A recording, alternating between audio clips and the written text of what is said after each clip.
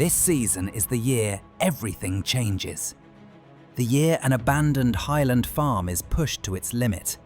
We built, expanded, and transformed into a real business. Productions, forestry, dairy, livestock, all coming together in the biggest leap this farm has ever taken. So how did a broken farm become a thriving business? And how did we uncover a secret powerful enough to bring down the Kinlaig Trust? So let's rewind to the moment everything began to change. What happened? Calder. That was Calder. Can't believe he punched me in the face. But who was the woman? The lockbox. It's gone. Of course it's gone. They came straight for it. They must have followed me. But why? And what was in it? And that key I have, back at the farm, maybe it really was meant for that box. Right, I need to get out of here. Sort my head out. Figure out what happened. Whoever that woman was, she's the one calling the shots. I know that much. And I swear I recognized her voice, but can't quite place it. Okay, better get back to the farm. Back to something normal. Right, new month, clean slate. It's August, the farm is looking beautiful, and it's time to get back to normal life, or as normal as it gets around here. Cows are looking brilliant. Everyone's healthy, happy, and growing well. Almost time to start thinking about which of the older ones we'll sell on, but for now, just good to see them all in one piece. And the goats, well, they're as cheeky as ever. Look at this. One of the babies has managed to hop the inner fence again. Every single time. Wee troublemaker. Right, back you go. Yoga stars don't get special privileges. Oh, actually, I never collected last month's goat yoga money with everything that happened. £10,000. Not bad for missing a collection day. That's a huge help. Right, back to it. Fields need fertilizing and liming before the next cut. Keep that environmental score nice and high, and hopefully earn some bonus cash again like last month. I should probably call Alistair and let him know what happened. Hi lad, you alright? Haven't heard from you in days. Alistair, something happened at the castle ruins. What were you doing up there? Did you go alone? I did. I followed the map in that book Morven gave me. I recognised a few landmarks. I thought, maybe it was finally time to see what he left behind. Liam, that place is dangerous. Euan told me once, in confidence, that he hid something there. Something that would ruin the trust. But he said never to go alone. Yeah, I know that now. What happened? I dug something up. A lockbox. Before I even opened it, Calder blindsided me, knocked me out. I heard him talking to a woman. She took the box. Calder, that bastard. And the woman, did you recognise her? No, but she sounded in charge. Cold, like she'd been planning this a long time. Liam, listen carefully. If Calder was there, it means the Trust knew exactly where you were. They've been searching for Euan's evidence for years. If they've got the box now, we're all in danger. What was in it, Alistair? Do you know? No, Euan never told me. Only that the box held everything. Proof of what the Trust were planning under this valley. And I think I've got the key that opens it, Alistair. The rusted one. Then lad, you might just be the only one who can stop them. I don't want to be in the middle of this anymore. You already are. The moment you dug up that box, and the moment they saw you, You became part of the fight Euan never finished. What do I do? Keep farming. Keep your head down. I'll look into a few things. And Liam, lad, don't trust anyone in that town. Not anymore. Now, let's get all this silage transported and sold. Good wee bit of extra cash today. And honestly, keeping busy's the only thing stopping my head from spinning. Silage selling, cows fed, one thing at a time. Grace! Been a while. How are things? Hey, Liam.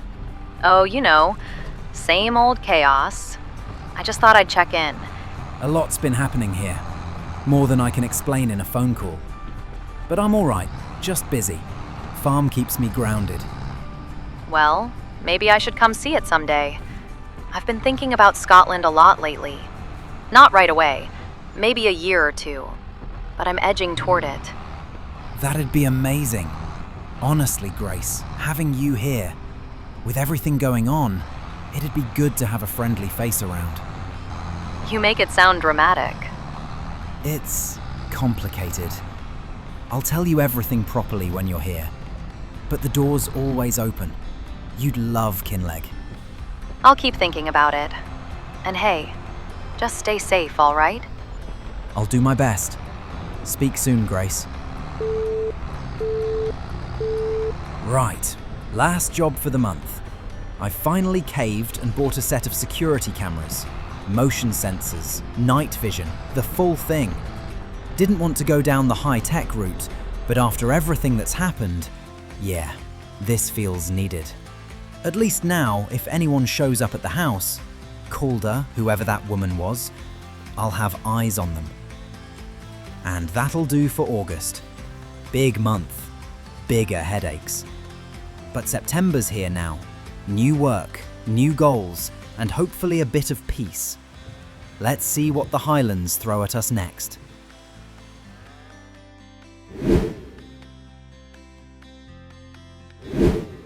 September already. Summer's flown by. Let's start the month strong. Books balanced, goats happy, and maybe some answers soon. First stop of the month, the Goat Yoga Studio. Let's see how we've done. Oh wow, £12,000. That's the biggest month yet. Brilliant stuff. Julio must be over the moon. Right, let's go see the stars of the show. Ah, no, the goats.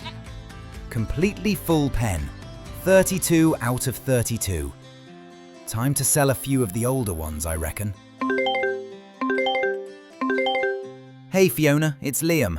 I've got 5 goats here, all around 22 months old. Ready to sell if you've got space. Yes, no problem at all. I can swing by in a few minutes. They'll fetch about $6.50 each. Nice bit of money for you. Perfect. Thanks so much. See you soon. On my way. Hard to see the first ones go. These 5 have done so well. Yoga stars, milk producers, cheeky troublemakers. They've earned their keep. Maybe this is a sign though. 32 goats isn't much. If I want to expand, I'll need more land. Or a second barn. Something to think about. Right, enough daydreaming. Plenty to do today. Field 9's ready for mowing again. Let's get the gear hooked up. Field 9 should give a great yield this month. All going into silage. Need to refill that pit. Mower on. Everything connected. Let's get into it. Hey Fiona, just wanted to say thanks again for sorting the goats. Appreciate you getting here so quickly.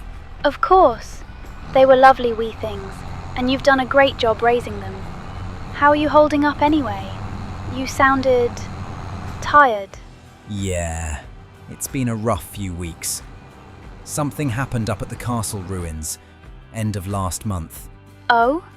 What were you doing up there?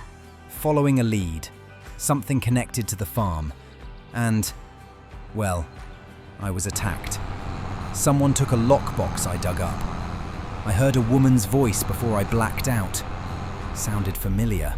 A woman? Liam, where's this coming from? You don't think that was me? No, not accusing you. Just, the thought crossed my mind for a second. The voice was distant, blurred. But you weren't there, were you? Liam, I was working at the livestock yard all evening. You can even ask Alistair. I dropped some paperwork off with him that night. Whoever you heard, it wasn't me. Okay, I didn't think so. It's just been rattling around in my head. A woman, giving orders, telling Calder to deal with me. That's awful. Genuinely awful. You need to be careful, Liam. If someone's willing to do that over a box in the ground, this is bigger than I thought. I know. I'm being cautious. Cameras are up at the house now. Good. And Liam, if you start connecting dots or remembering details, tell someone. Tell me. Don't keep this to yourself. Yeah, thanks, Fiona. Really. I'll keep you posted. Please do. Speak soon. Right, Field 9. Let's get all this picked up. Smaller than Field 13, sure, but 2 silage batches in 2 months should be an absolute game changer. Nothing wrong with stacking the bank up before winter creeps in. Feels good seeing this place come back to life.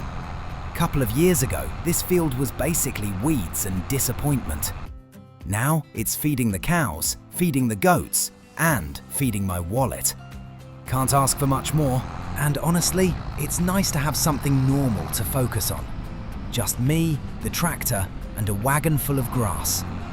No strange voices, no creeping around castle ruins, no getting knocked out by idiots who think they own the Highlands. Alistair was right though.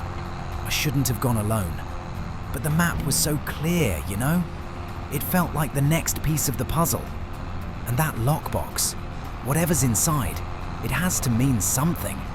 There's a reason they took it. And a reason they left me lying face down in the dirt. One day, all of this is going to make sense.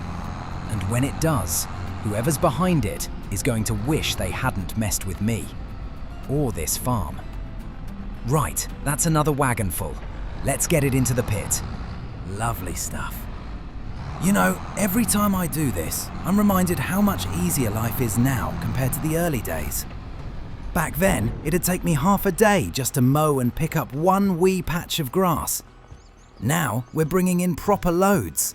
Nearly 88,000 litres from this field alone. I'll leave it uncovered for now. Quick look at Field 13. Nitrogen's perfect. Lime's perfect. Beautiful. Should be ready to cut next month with 0 prep. Brilliant stuff. Now, before I forget, goat yoga time. Julio's smashing it at the moment, so I reckon he deserves a wee bonus envelope this month. £10,000 again. This place is becoming a gold mine. Good on you, Julio. All right, trailer on. Let's get all these lettuces loaded. The greenhouse has been working overtime. We must have dozens of pallets ready. Off to the warehouse again. Oh, Walter. Didn't expect to hear from you. Lad, just checking in. Fiona mentioned you had a rough month. Figured I'd see how you were holding up. Aye, I'm managing. Busy with the farm, new cameras installed. Trying not to think too hard about what happened up at the ruins. Good, keep your head. But listen, I remembered something. Back in the day, Euan told me once that if anything ever happened to him, the truth's hidden where the past still stands. I always assumed it meant the ruins. So he was hiding something up there. Seems so, and if someone else knew that, well, it explains why you're being pushed around. They're desperate. That's when folk make mistakes. Do you think they'll try anything again? I hope not, but you watch yourself. Keep your cameras on. And Liam, if you find anything else, anything, you call me first. I will. Thanks, Walter. At least now I know Euan wasn't imagining all this, and that whatever he hid, it mattered. Right, that's September wrapped up. Go yoga booming, silage filled, lettuce sold. and a few more pieces of the puzzle coming together. October's on the horizon, and something tells me it's going to be a big month.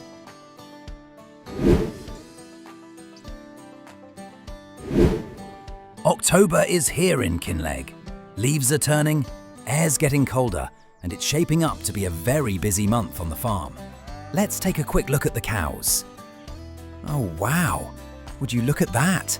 10 new calves. That brings us up to 30 in total now. These wee calves are only a few hours old, and the mums, they're now 38 months old, worth nearly 3.5 grand each. But I think I'll keep them for one more reproduction cycle. The younger ones, 11 months now, should be ready soon too. If I time it right, we'll have a proper rotation going, like a conveyor belt of Highland beef. Perfect. And the goats? You lot are looking brilliant. Yoga classes must be treating you well. 15 newborns this year already. Honestly, they're outpacing the cows. Now, I didn't cover the silage pit last month on purpose. Field 9's already sealed, but I want to add this field's grass too. Double the load, ferment it all at once, save time, and get a massive payout at the end. Right, let's get the mowers on. Field 13 is massive, so today's going to be full on. Before anything, quick wash. This tractor's covered in mud. There we go. Can actually see out the windows again. All right, time to hit Field 13. Big day ahead. Giles, long time no hear from you. How are things down your end? Ticking along, lad. Figured I'd give you a bell. Haven't spoken in ages. Saw your pictures online. Farm's looking brilliant. So tell me, what's next for you over there in Kinlaig? You've got livestock going, silage sorted, goat yoga, which still cracks me up by the way. But what's the big vision, eh? Honestly, no idea yet. I feel like I'm right on the edge of expanding, but not sure which direction to jump, and there appears to be a huge ocean of untapped pure water under my farm. That's interesting. Well, you've got options. Plenty of them. Thought I'd run a few past you, if you've got the time. Mate, I'm out in the field for the next 10 hours. Fire away. Well, first off, carpentry. Wood sells well, furniture even better. You've got land for trees, and you just planted a whole new batch. Give it a couple years, and you could have a proper carpentry business going. Nice. I did think about it. Could be decent money long term. Or, and hear me out, a stone quarry. There a big unused strip of land nearby? Could be a perfect spot for a dig site. And with that pure water you've got under the farm, you could run a stone washing setup and sell cut stone like hotcakes. Now that one's tempting. Good income, steady, and doesn't need livestock babysitting. What about fish farming? Seriously, trout, salmon, small-scale hatchery. You've already got the water sources for it. I've looked into it. Expensive to start, but long term, aye, could be massive.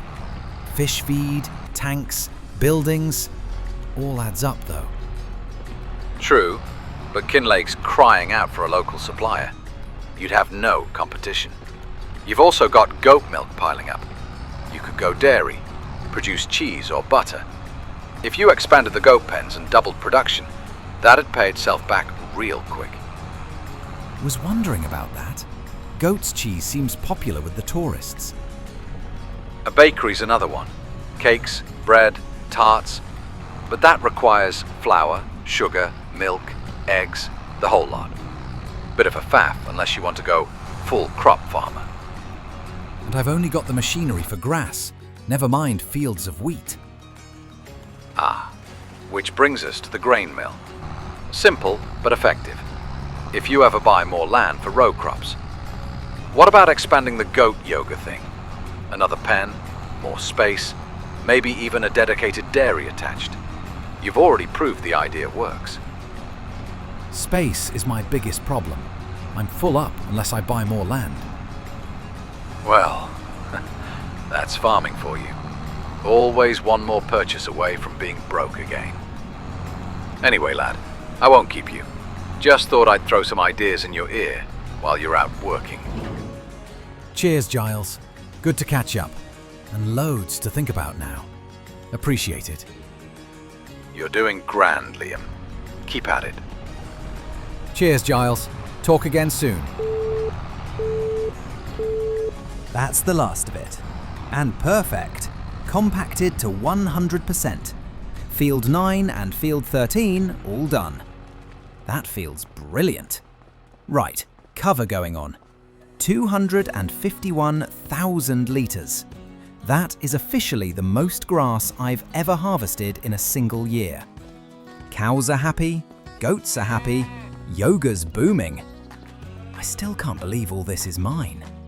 From nothing to a proper working farm in just a few years. Feels surreal some days. You know what? I should probably go see Uncle Alistair. Been meaning to catch up with him properly. Let's head into town, down to the docks. These streets really aren't made for a John Deere. Honestly need to think about buying a wee car soon. But that's a problem for future Liam. Right, let's go find Alistair. Liam, good to see you, lad. You look tired. Yeah, long month. Listen, I've been meaning to talk to you about that book Morvin gave me. You said the drawings looked like Euan's handwriting. It was Euan's handwriting. I'd bet my boat on it. But didn't Morvin say that book was a new delivery? Something he never picked up? Exactly. And that doesn't make sense, because the whole book is filled with his sketches, his notes, months and months of work. There's no way it sat untouched on a shelf. So she lied. Question is, why? That's what's been bothering me. The map, you know, the one hidden in that little secret compartment.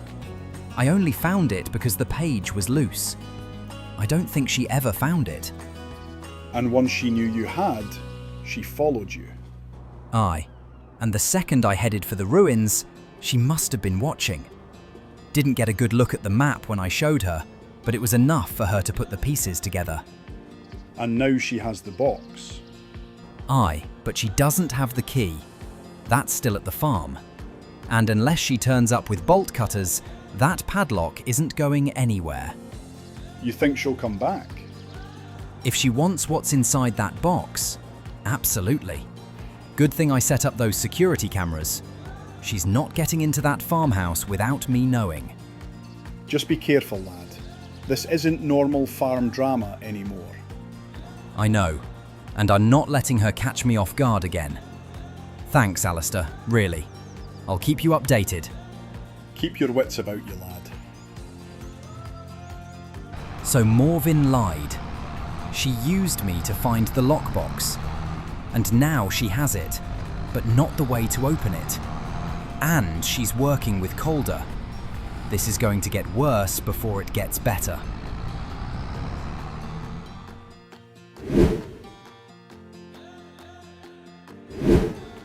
Welcome to November, folks.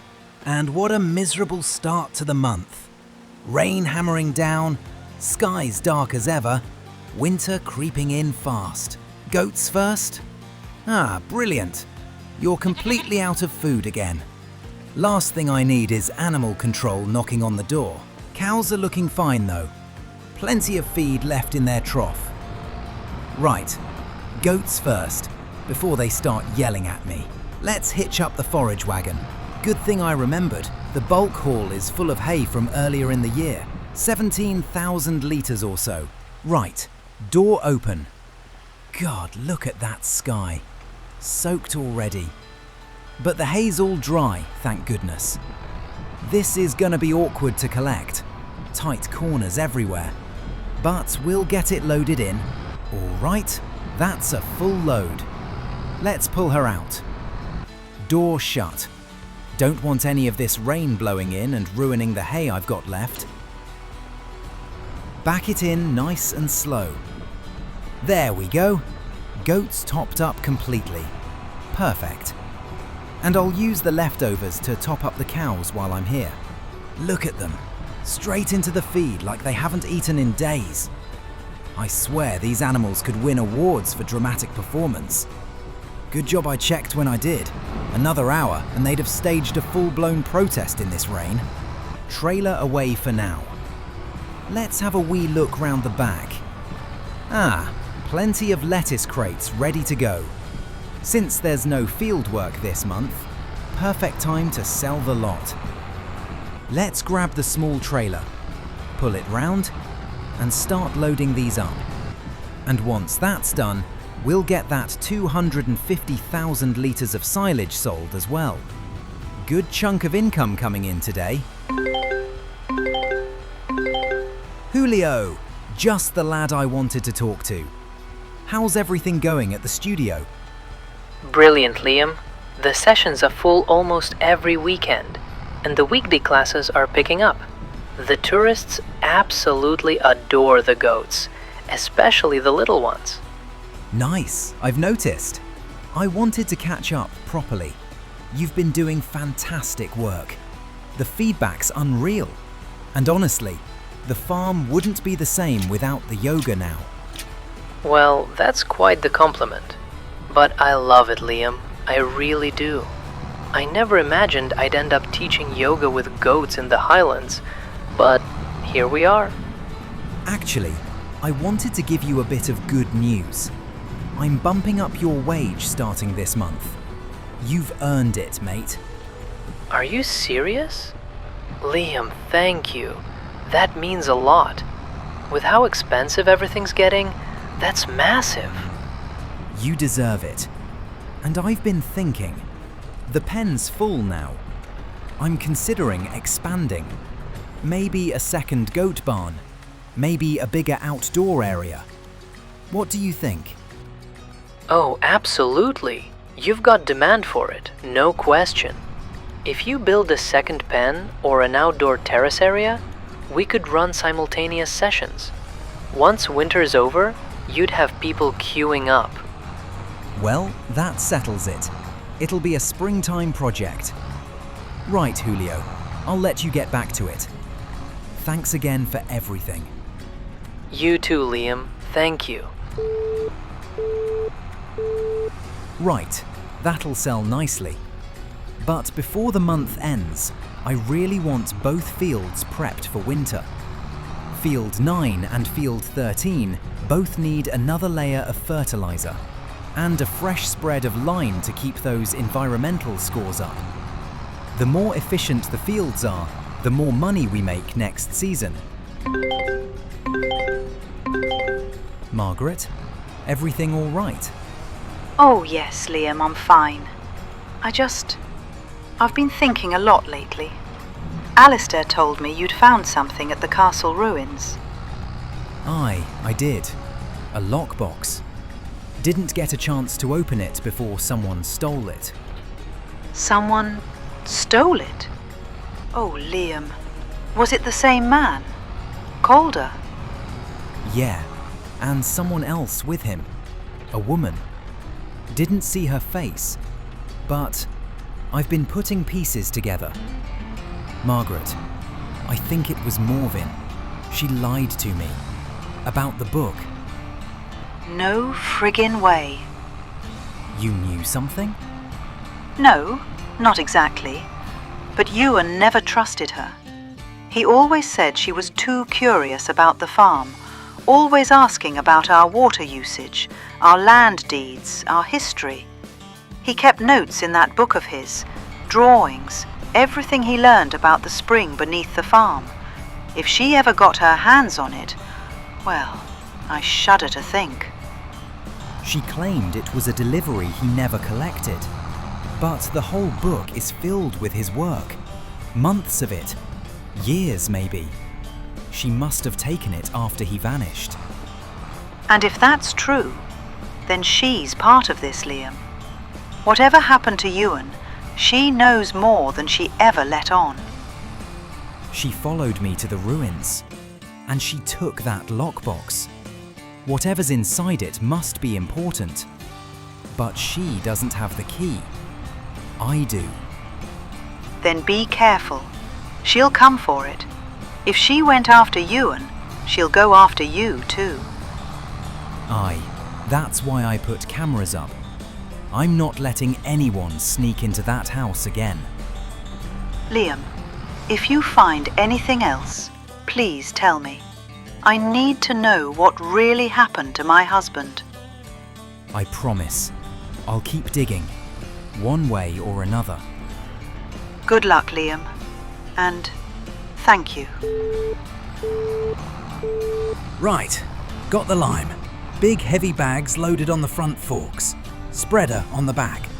Good thing lime's cheap, because honestly, we've needed bucket loads of it lately. Field 9 always seems to want more. Greedy thing. Let's get this out there. So, the lockbox. How exactly am I getting that back from Morven? That's the £1,000,000 question, isn't it?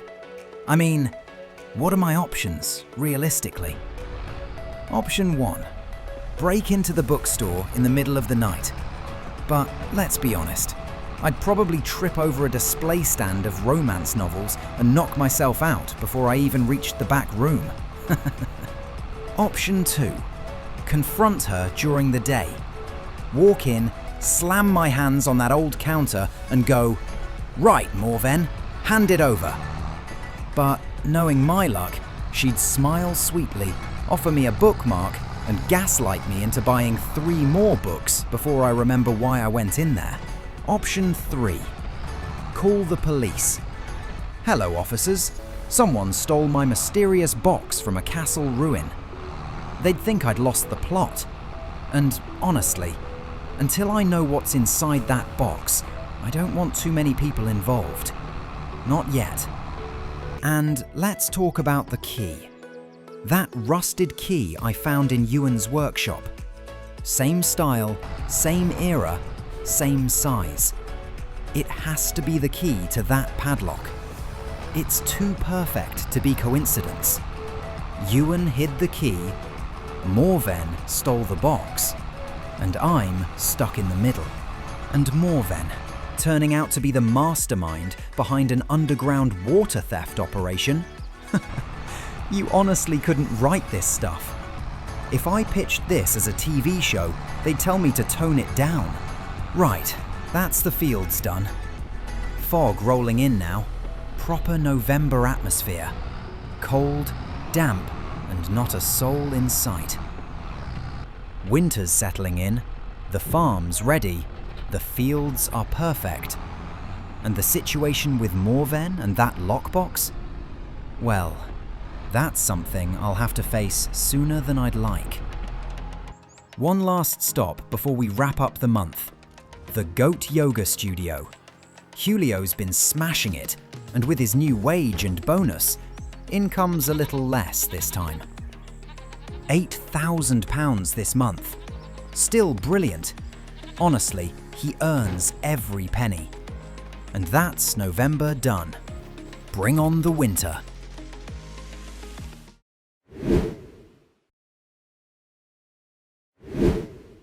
December already. Hard to believe how fast this winter's hit Kinlaig. The cold's really starting to settle in now. Cows are holding good condition, thick coats on them, plenty of feed. Goats are still producing milk, which is a bonus, but this shed's starting to feel tight. If I'm serious about expanding the yoga and the dairy side, I'm going to need more space soon. And one thing I am sick of doing, driving a tractor through half of Kinlaig just to run errands. Time I finally get a car and stop pretending I'm a one-man convoy. Kilted pistons. Let's see if they've got anything second-hand that won't destroy the budget. Ooh, hang on. Lizard Street, 2022. White, second-hand, 15 grand. That's actually perfect. All right, deal done. Truck bought. £225,000 left in the bank. And now, at least when I go into town, I won't feel like the entire Highlands is watching me roll past. First stop in town, the bank. We've already got a decent buffer sitting there, but honestly, I want to go big. Productions, land, expansion. This winter is going to change everything. All right, so I'm looking to borrow 300,000. I want a 3-year term if possible. 3 years is no problem at all. We can offer 4.5% interest. That puts your monthly repayments at just under £9,000, and your total repayment, including interest, at roughly £320,000. That works. I can cover that comfortably. All right, I will process it now for you. Thanks. £525,000 in the bank. And that plot right there, lot 72, £244,000. But listen, look at the trees alone on that land. That's months, maybe years of timber. Sawmill potential. Planks, beams, wood chips, not to mention the space. More grass for hay and silage, room to expand the goat pen, outdoor grazing. This isn't just land, this is an investment. Yeah, we're doing it. Look at all this.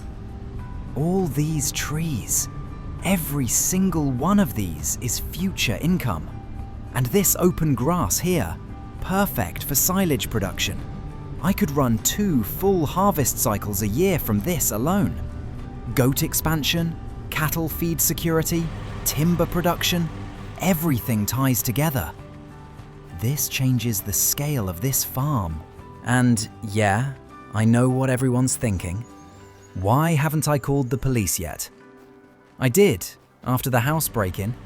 Mentioned Calder's name, and things just stalled. Small towns work different. Too many connections, too many agreements. And right now, I don't have the evidence they'd need anyway. If I move too early, whoever's behind this just disappears, and Euan's mystery disappears with them. So, for now, I keep building, keep watching, and I get smarter. All right, time for some more investing. If I'm serious about this sawmill, I'm gonna need the right gear to get the timber back and forth. First up, a log fork for the front loader, £3,000. That's a no-brainer. McLeod chainsaw, £1,000. Yeah, definitely overdue. This one's the big purchase. Log trailer with the crane built on, £40,000. But with branches, awkward pieces, uneven ground. Without this, I'd be stuck. It's a lot of money, but if I cheap out now, I'll regret it all winter. Log fork on the front and the new trailer on the back. Look at that. Proper forestry setup now. 2 big loans to pay back now, so this better work. Right, the sawmill's going here, beside the stone wall. Out of the way, easy access for logs, space for product pallets. This is the start of a whole new side of the business. And just like that, the sawmill's up and running. Big open shed, 4 output bays, wood chips off to the side. Everything exactly where it needs to be. So I can run wood planks, long planks, and wood beams. Each one takes 208 wood per cycle, 24 cycles per month. That means if I want to run this flat out, I need about 15,000 litres of wood every single month. And that beast right there, that oak's the first to go. It's right in the middle of where I want to mow later anyway. Never thought I'd be cutting my own forest down. But this isn't contracts anymore. This is production. This is the next step. And if timber's what pays the bills this winter, then forestry it is. Alright lad, that sounds like a chainsaw in the background. What are you up to now? Yeah, you could say that. I wanted to ring you actually. I've made a pretty big move today. Oh aye? That tone usually means you've either done something brilliant or something very expensive. Bit of both probably. I bought the land next to the farm, lot 72. You bought it? Yeah, big open grass area. Loads of mature trees on it too. I took out a loan and went all in. Well, I'll be damned. That's huge, Liam. Absolutely huge. That's what I'm thinking. I'm putting a sawmill in straight away. Timber, planks, beams, wood chips, the whole setup. If I can keep it fed, it could bring in serious money all winter. I'm proud of you, lad. Truly. That's the kind of move that changes a farm for generations. And it opens up so much. More goat pens, outdoor grazing, hay and silage from that whole grass section. I won't be scraping for feed ever again. But Yeah, I know. that land sits right on the edge of where the trust keeps sniffing around. You expanding like that, you're going to rattle them. I figured as much. I was surprised they hadn't already bought it, to be honest. That plot was council owned for years. Probably didn't fit whatever schemes they were running. Or maybe they didn't think anyone would be mad enough to take it on. Well, guess I proved them wrong. You did more than that. You just planted a flag. I'm not backing down now. This farm finally feels like it's becoming something bigger than just survival. And it will. Just keep your eyes open. Growth brings attention. Attention brings pressure. I know, but honestly, I'm excited the same way I was when I first moved here. Scared, but excited. That's the spirit.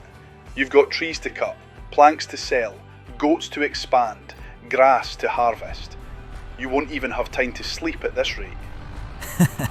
Probably not, but it's better than sitting still. Aye. Just remember, lad, every step forward you take, someone else might try to pull you back. Don't let them. I won't.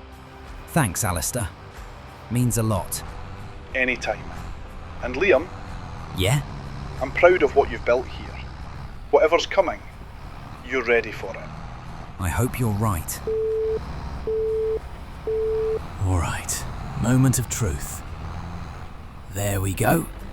First giant trunk straight into the sawmill. 8,000 litres of wood just from that one trunk alone. That is a massive amount. And that brings us up to 16,000 litres sitting in the mill already, which means the sawmill is now fully stocked and ready to run flat out for the entire month. That's actually insane to think about. One tree has basically kicked off this entire new production chain on its own. Right, that's not the job done yet though. There are still branches everywhere out here. So let's get the trailer back on, head back out into the forest and clean this place up properly. No point wasting any of this timber. Big or small, it all turns into money now. And the mad thing is, once I clear enough of this forest, out the back by that stone cliff, I could even build a quarry there too. Tap straight into the underground water supply under the farm. Wash stone, produce big rocks, run it year round with no limits. All right, last stop for the month. Time to head up to the goat yoga studio and see how things finished off. £10,000 from goat yoga again this month. That brings us up to 82,000 in the bank. New land, new sawmill, logging gear bought, forest still standing, and this is only the beginning.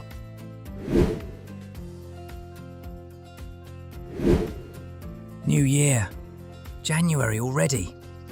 Feels strange saying that out loud. The lettuces. 16 crates sitting there ready to go. Now, over at the sawmill, we've got our first proper batch of products ready to go. Wood beams, long planks, and standard planks sitting here waiting. Wood beams are looking insanely good right now. £3,000 per pallet in January alone, which is wild. Standard planks are definitely best held onto for June when the price jumps right up, so they're going into storage for now. And long planks, those are also really strong in January at around £2,000 per pallet. The small trailers starting to feel pretty pointless. And the plough. That's been sat there since last winter doing absolutely nothing. No point keeping money tied up in stuff that's not working for me. So yeah, quick check on the goats before I head off. And yep, full again. 32 out of 32. Absolutely packed in there. I need to expand that soon, because at this rate, I'm going to have to keep selling them just to make space. Right, let's get moving. Tractor fired up, plough hitched on, and off we go. Haven't needed this thing in a long time, and today it finally gets moved on. All right, plough sold for £12,700, and straight away, there it is. FarmTech DPW, £20,000. Bigger, stronger, way more useful for what I'm doing now. That's exactly what I need. Bought, hitched on, and ready to roll. And just like that, we're back at the farm. All right, everything's finally loaded up. Timber, beams, long planks, lettuce, the whole winter starter pack. Hi Liam. I thought I'd probably catch you while you were on the move. You always are lately. Guilty as charged. Just loading my first proper sawmill run. It feels weirdly satisfying seeing pallets instead of just animals and fields. I can imagine. So it's all up and running properly now? Yeah, sawmill, new land, logging gear, the lot. This winter's turned into a full production push, whether I was ready or not. That's amazing though. Honestly, when you first arrived in Kinlaig with nothing but contracts and broken gear, I never would have guessed you'd be running timber production within a few years. Neither would I, trust me. Some days, I still feel like I'm playing catch-up with my own life. And how are you? Really? After everything last season? I'm alright. Keeping busy helps. Nights are the hardest, but the farm doesn't let me sit still long enough to spiral anymore. People in town still talk, you know. Not badly, more like curiosity. You expanding, buying land, putting up production buildings. It's drawing attention again. Yeah, I figured it would. This place always seems to attract attention, whether I want it to or not. I don't want to worry you, but I did hear something odd in Sprucebridge the other day. What kind of odd? A couple of people saying someone's been quietly asking about old land records again. Ownership histories, boundary shifts, things like that. Recently? Very recently. I don't know if it means anything, but as soon as I heard it, I thought of your farm. That's not exactly comforting. I didn't think it would be, but I'd rather you knew than pretended it wasn't happening. I appreciate that. I always do. For what it's worth, most people around here are on your side now. You've brought more life into this valley than anyone in years. That actually means a lot to hear. Sometimes it feels like I'm doing all this in a vacuum. You're not. And whatever's brewing behind the scenes, you're not facing it alone. Thanks, Fiona. Truly. Just promise me one thing. What's that? Don't go charging headfirst into trouble just because you feel like you have to prove something. I'll try my best. That's all I'm asking. Now go make your millions selling planks and beams. If I do, you're getting the first coffee bought with it. I'll hold you to that. Take care, Fiona. You too, Liam. All right, phone call done. Now it's time to actually put this new land to work. This whole meadow out here is mine now. And even though it's winter, there's still plenty of standing grass that can be turned into hay. And honestly, there's no better feeling than looking across a new piece of land and knowing every single blade of grass on it now belongs to the farm. This is going to be absolute gold for animal feed. I can cut this now, let it dry, tend it, row it, and pick it all up with the forage wagon just like any other time of year. That means I can completely top up the cow feed, completely top up the goat feed, and still have plenty left over to store in the big barn for emergencies. No more stressing about running low in winter. No more last-minute panic runs trying to buy feed at bad prices. This land alone just solved that problem for good. And it's funny, a few years ago, I would have looked at a field like this and thought, wow, that's a lot of work. Now I look at it and I just see security, stability, control. I'm no longer reacting to problems as they hit me. I'm finally planning months ahead. This is what I've been building toward without even realizing it. And once this grass is turned into hay and stored safely away, then the sawmill runs, the goats produce, the cows grow, and I'm no longer surviving. I'm actually running a business. And with the trust still lurking in the background, making the farm self-sufficient like this might be the single most important thing I can do right now. Hey Margaret, I've been going over everything again in my head, and I can't shake it. The way the box was taken, the way it all happened so fast. She knew exactly where to be. That wasn't coincidence. I know. The more time passes, the more I'm certain of it too. The place, the timing, it was all too precise. And now she's got the lockbox. I still can't believe it.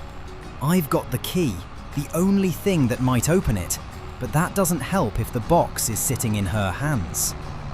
That key is still everything, Liam.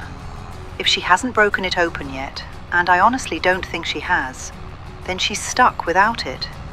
That's the only leverage we've got left. That's what worries me. If she realizes I'm the only one who can open it, then I become the target again. You already are, whether she admits it or not. I keep thinking about the bookshop at night. Somewhere there is where that box will be. But I can't just break in. If I get caught, if the police get involved before we have proof, it'll all disappear. And we already know how the police feel about all this. They don't see a crime yet, just land disputes and rumours. That's the problem. If I make one wrong move, they'll paint me as the problem instead. Trespassing, harassment, anything they want. Then we don't rush. We watch. We wait. We learn her movements. When the shop closes, when the lights go off, when she's actually alone. And cameras. I've already got my place covered now. If she comes back looking for the key, I'll know. Good. That buys us time. And while we wait, I'll start asking, quietly. Not about the box, about her routines. Who sees her at night? Who doesn't? We do this clean. No mistakes, no heroics. And if we find the box? We open it, together, and whatever's inside goes straight to the right hands. No more shadows, no more guessing. And if it proves what Euan was trying to expose? Then the trust collapses. Calder goes down with it, and she won't be able to hide behind smiles and books anymore. Just promise me one thing. What's that? Don't go in alone again. Not this time. I won't. I learned that lesson the hard way. Thanks, Margaret. Talk soon. Bye, Liam. And just like that, the meadow is fully cut, turned, and picked up. Up to the goat yoga studio. £8,000 for January. That's a solid finish. New land working, sawmill running, hay in storage, money coming in. January is done. And now it's time to see what February brings.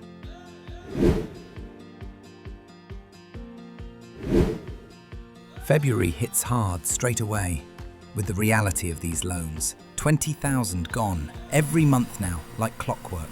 But honestly, looking at everything around me, I think we've finally built enough income streams to sustain it. The sawmill alone is a monster now, as long as I keep those trees flowing in.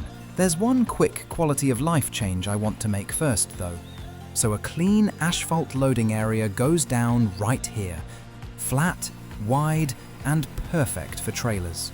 And while I'm in build mode, it's also finally time for a dairy. Nothing massive yet, just a small automated setup in the yard to get things ticking over. And just like that, it's built. A compact little unit that'll turn our goat milk into bottled milk, goat cheese, and even butter. It feels good finally moving into proper food production. This'll do for now, and once the money really starts flowing, we'll upgrade to a full-scale operation. And just like that, the dairy is finally up and running. Honestly feels a bit unreal seeing it sitting here in the yard. Milk going in, machines humming away, goat cheese, bottled milk, butter. We're properly producing now instead of just dumping raw product. This is a big step. All that goat milk we've been stockpiling finally gets its moment. Straight into the dairy it goes. And yeah, watching it disappear into the system, knowing it's turning into higher value product instead of just being sold off cheap, that's a good feeling. This changes the whole flow of the farm. Trailers already moving again. Over to the sawmill now to grab the months-long planks and wood beams. Standing here loading this stuff, it finally hits me. The goats need more than just that crowded pen. They've earned proper space. Bright green grass inside. Loads of space to move around. That already looks 10 times better than what they had. And while I'm here, straight into the underground supply with a water pump. Free water, no stress.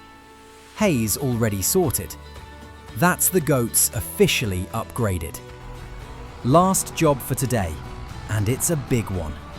Over to Kilted Pistons to finally get a proper animal trailer. £25,000 later, and it's hitched up behind the tractor. No more struggling to move animals. This side of the farm just leveled up properly. Fiona, perfect timing actually. I've just finished building the goats a proper outdoor paddock. Big space, fresh grass, new fencing. I've never seen them this lively. You finally did it. I was wondering when you'd pull the trigger on that. About time they had some real room. I even picked up a proper animal trailer today, so I can start moving them properly instead of messing around with the old setups. Adults are going straight into the paddock, kids staying inside by the yoga studio. That's exactly how you should do it. Keeps the yoga calm and the breeding side clean. Smart move. I tapped straight into the underground water too. Free supply straight to the paddock. No hauling, no stress. That water under your land is turning out to be the best thing you've ever owned without even trying. And I finally got the dairy up and running as well. Goat cheese, bottled milk, butter. Feels unreal finally seeing real products instead of just raw milk. You're not running a little farm anymore, Liam. You're running a proper operation now. There's still one thing I can't stop thinking about though. The lockbox. You mean the one Morven took from the ruins?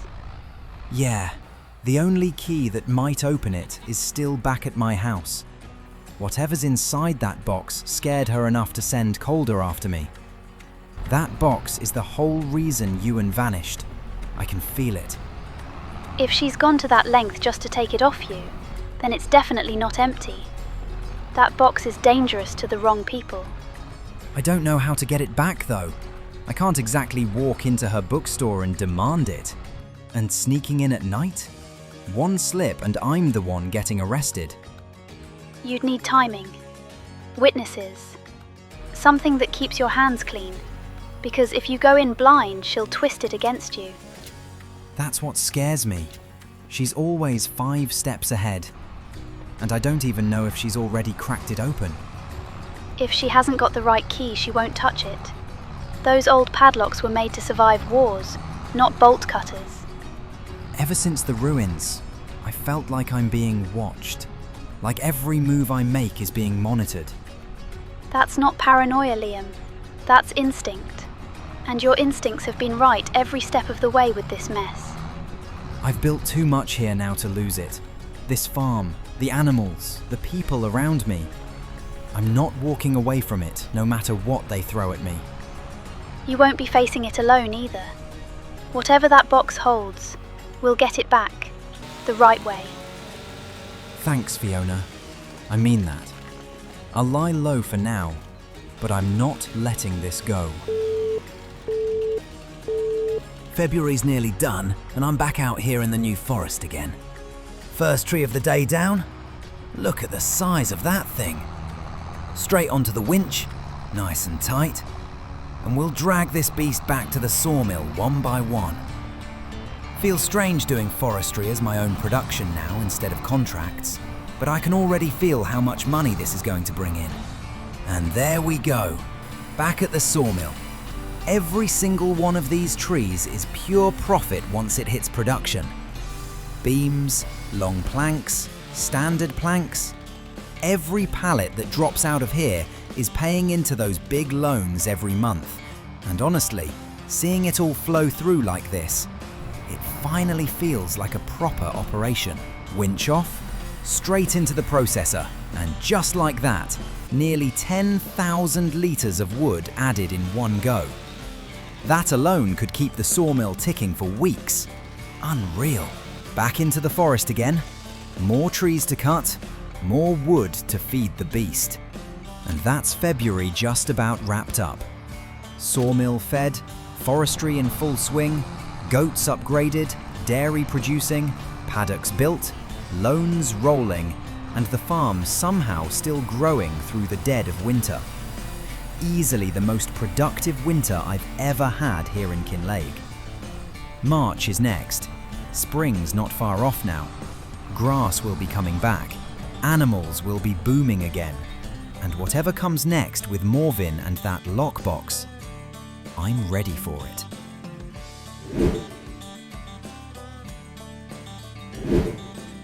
Those loans are a real slap in the face. 20 grand gone again this month, just like that. March begins though. Sun's finally back out, frost lifting off the ground, and at least the farm feels alive again. The dairy's barely produced anything so far. It's slow going, but that was always the plan. Back over at the lumber mill now. 14 pallets of standard planks stacked up already, all being saved for June when the prices jump. And I've still got this month's stock to sell. 3 pallets of wood beams and 3 pallets of long planks sitting there ready to go. Right, winch on, tractor fired up, back to the forest again. Wood storage is only sitting at about 8,000 litres right now, and I want that at 15,000 minimum before the month's out, just to keep the sawmill fully fed. Every time I come back out here, it still blows my mind how dense this place is. Trees everywhere. This forest alone could feed the sawmill for years if I manage it right. Once I clear about half of it, I'll definitely start replanting, so I've always got a future supply growing back. Hello? Grace? Hey, Liam. Yeah, it's me. You busy? Always busy, but I've got time. What's up? I've been thinking a lot. For a long time, actually. About Scotland. About coming to see you. About everything. I figured this call was coming eventually. Yeah, and I don't want to keep dragging it out anymore. I've decided I'm not coming to Scotland. Oh. I know. I'm really sorry. It's not that I don't care. It's just, Montana is still home to me.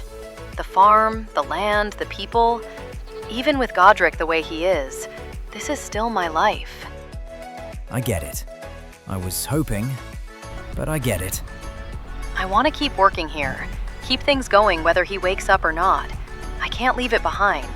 And I don't want to live in 2 worlds anymore. It wouldn't be fair on either of us. No, which is why I need to be honest with you. We haven't really been together for a long time anyway. Everything changed after Godric's accident. Then you moved to Scotland, and life just pulled us further apart. Yeah, it did. There's also someone else here. All right. I didn't want you to hear it any other way. It doesn't change what we meant to each other. It just means things are different now. I won't lie, that stings a bit. But I'd rather hear the truth than pretend something's still there that isn't. I was hoping you'd say that. I still want us to be friends, Liam. I still care about you. Yeah, me too. Friends is good. You've built something amazing over there. I can hear it in your voice. You sound different. Stronger. Scotland changes you, I think. Or maybe farming does. Probably both. I'm proud of you. Thanks, Grace. That actually means a lot. I should let you get back to your work. Take care of yourself, okay? You too. Goodbye, Grace. Goodbye, Liam. Funny how life works. You think two people are still walking the same road, and then you realize somewhere along the way you took different turns. That hurts a little, I won't lie. But I'm not angry. I'm just sad in a quiet way. We both built new lives in different worlds. Hers stayed in Montana. Mine ended up here in Kinlaig, under grey skies, cutting trees for a sawmill I never thought I'd own. Maybe some things are meant to end clean, so other things can finally begin properly. And right now, this farm is the thing that needs me most. And so do these cows. Look at them, and the goats too. 19 of them now in this pen. Some of them looking way too confident for their own good. Absolute little stars of the yard. And speaking of stars, let's head up to Goat Yoga and see how the studio's done this month. March should be a good one. £10,000 for the month. That's massive. Julio's doing an incredible job up there. Couldn't ask for better. Now, eyes forward. April's coming. That grass out there is sitting at stage 3 right now. One more push and it'll be ready for its first big cut of the year. Yields looking unbelievable. Environmental scores still sitting at 99 out of 100. Field 13 is at 99. Field 9's at 93. Let's do this properly. Fertilizer on, lime out. Solid fert loaded. Precision system engaged. One last pass over field 9 just to catch anything that still needs that extra boost. If I'm going to do this, I'm going to do it right. My head's still full of that box. That lockbox is somewhere I can't reach. Yet. Whatever's inside it is big enough to scare the trust into violence. Big enough to get people hurt. And if there's proof in there, real proof, then this whole nightmare can finally end. I just need one clean chance to get it back, and I don't know yet who helps me do that. Maybe someone in town. Maybe Walter. I don't know, but I'm not letting it go. The fields, the goats out in their new paddock, the barns full, the sawmill running, the dairy ticking over. All of it built from nothing but hard work and stubborn refusal to quit. I didn't get this for free, and I'm not about to let anyone take it from me. Liam! Grace, what's wrong? Liam, you need to listen to me. I just got the call from the hospital. What call? Grace, you're scaring me. What happened? It's Godric. He's awake.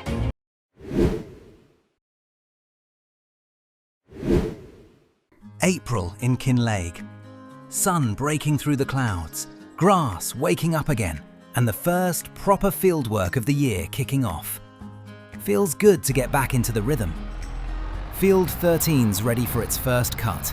Thick growth, proper, healthy, perfect for silage. Plan is simple. Mow it, row it, lift it, and get it straight into the pit. Good early season production, and a chance to refill the bank before summer hits. Right, mowers down, away we go. First cut of the year always feels good. Grass is coming off clean, no patches, environmental scores still sitting sky high. Couldn't ask for better. Good start to the month at least. But between this grass and everything going on with Morvin, it's been sitting on my mind a lot more than I'd like. Calder turning up at the ruins, the lockbox vanishing, Morvin lying about that book. None of it adds up. And if she's hiding something, I need to figure out what and how to get it back. Hey Fiona, what's happening? Nothing too wild. Just checking in. I see you getting some fieldwork done today. First cut. Looks good. But listen, I wanted to ask you something. About Morvin. Yes, figured this was coming. What's on your mind? That lockbox she took. I still can't stop thinking about it. If Euan hid it and she went after it, there's a reason. And whatever was in that box, she clearly didn't want me having it. There's definitely something there. But we need to be careful, Liam. You can't just walk in and confront her. Not after she sent Calder after you. I know. Trust me, I've thought about it 100 ways. Calling the police feels pointless. They didn't even care when I told them about Calder breaking into my house. Typical Kinlaig policing. Look the other way unless someone's already in hospital. Exactly. So I've got to think smarter. Maybe watch her shop a bit. Figure out when she leaves, if she has patterns.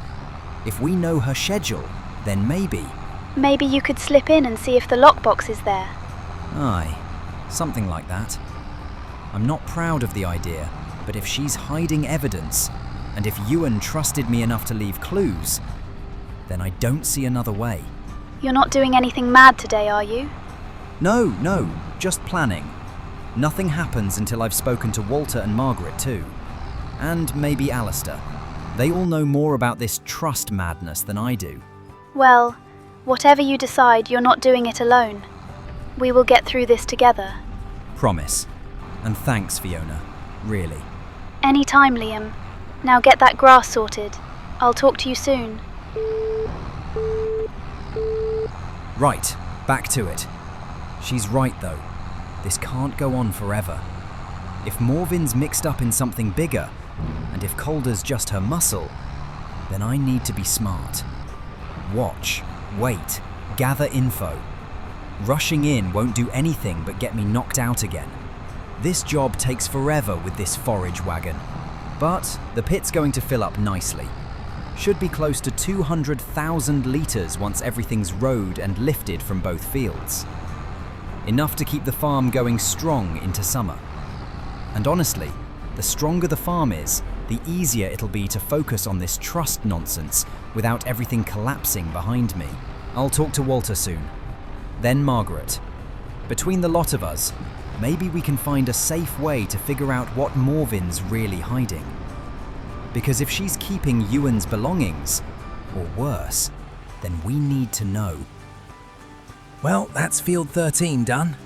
Nice full pit, but I'm not covering it yet. Once field 9's grass comes in next month, we'll get the whole lot fermenting together. Much easier and way more efficient. Right, front loader on. Time to get these long planks and wood beams loaded. The sawmill's been working flat out this month. Proper little gold mine. You know, buying this land might have been the smartest decision I've ever made. Grass for silage, acres of open space, and a full forest of trees just begging to be turned into profit. Every single log I've cut this week has gone straight through the sawmill. Beams, long planks, standard planks, all rolling out like clockwork. Let's get everything strapped down and head to the warehouse for a tidy profit. And with the greenhouse still pumping out lettuces on top of that, it's honestly starting to feel like this little corner of Kinlaig is turning into a proper business hub. Never thought I'd be juggling crops, livestock, silage, goat yoga, and full-blown forestry productions all at once. But here we are, and it's paying off, fast. And the best part? This is just the early stages. Once the dairy scales up, once the goat paddock fills, once the sawmill's hitting max cycles every month, this land isn't just useful. It's a full, long-term investment that's already making more money than half the farms in this valley. Right, here we are. Warehouse drop-off. 4,000 litres of long planks, 4,000 litres of beams, and 8,000 litres of lettuce. And there it goes. £40,000. That's insane. One trip. This land is paying itself off already. Heading back to the farm now, but before I wrap up the month, I've got one more thing to do. Been thinking about it all week. That lockbox is still out there somewhere, and if Morven's got it, I need to know when she's coming and going.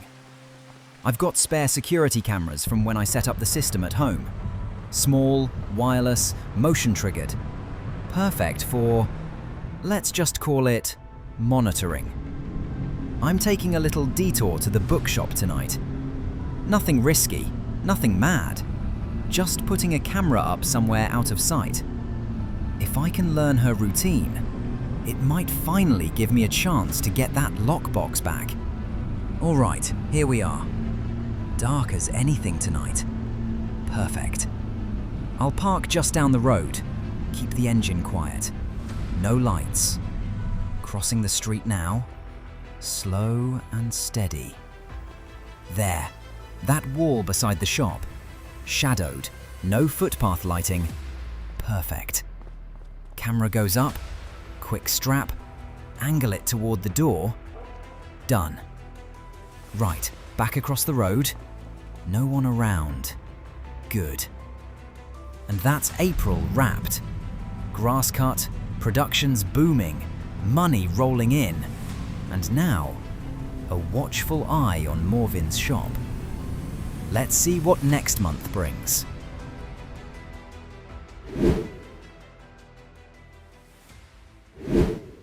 Things have taken a strange turn again. So after sneaking out the other night to set up that camera at Morven's shop, I came home and checked my own CCTV. And there it was. A hooded figure walking right up to my front gate, staring at the house, then jumping over. But the moment they spotted the cameras, they panicked, jumped straight back over and bolted into the dark. No idea who it was, but at least now I know someone's watching me just as much as I'm watching them. Right then, tractor fired up. Field 9's grass is ready for its first cut of the year, and it's a big one. Mow it, row it, and get it straight into the pit alongside Field 13's stuff. Should give us a monster silage haul. Deep breath, long day ahead. But at least it keeps my mind busy while all this madness with Morven brews in the background. Walter, everything all right? Morning, lad. Aye, everything's fine. Well, as fine as it can be when Morven's wandering about with Euan's lockbox in her possession. I figured it's time we planned properly. Aye, I've been thinking the same. April was mad enough. And then last night, I catch someone creeping around my house. We need a plan, a proper one, before July. That's exactly why I called. If we're going to get that lockbox back, and do it safely, everyone needs a part to play. This isn't a one-man job.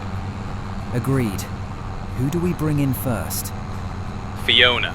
She's perfect for getting Morven out of that shop when the time comes. If Fiona phones her with some emergency animal paperwork or a collection, Morven will leave without thinking.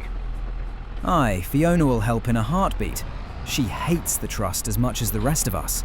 And she's sharp. She'll pull it off clean. Next, Alistair.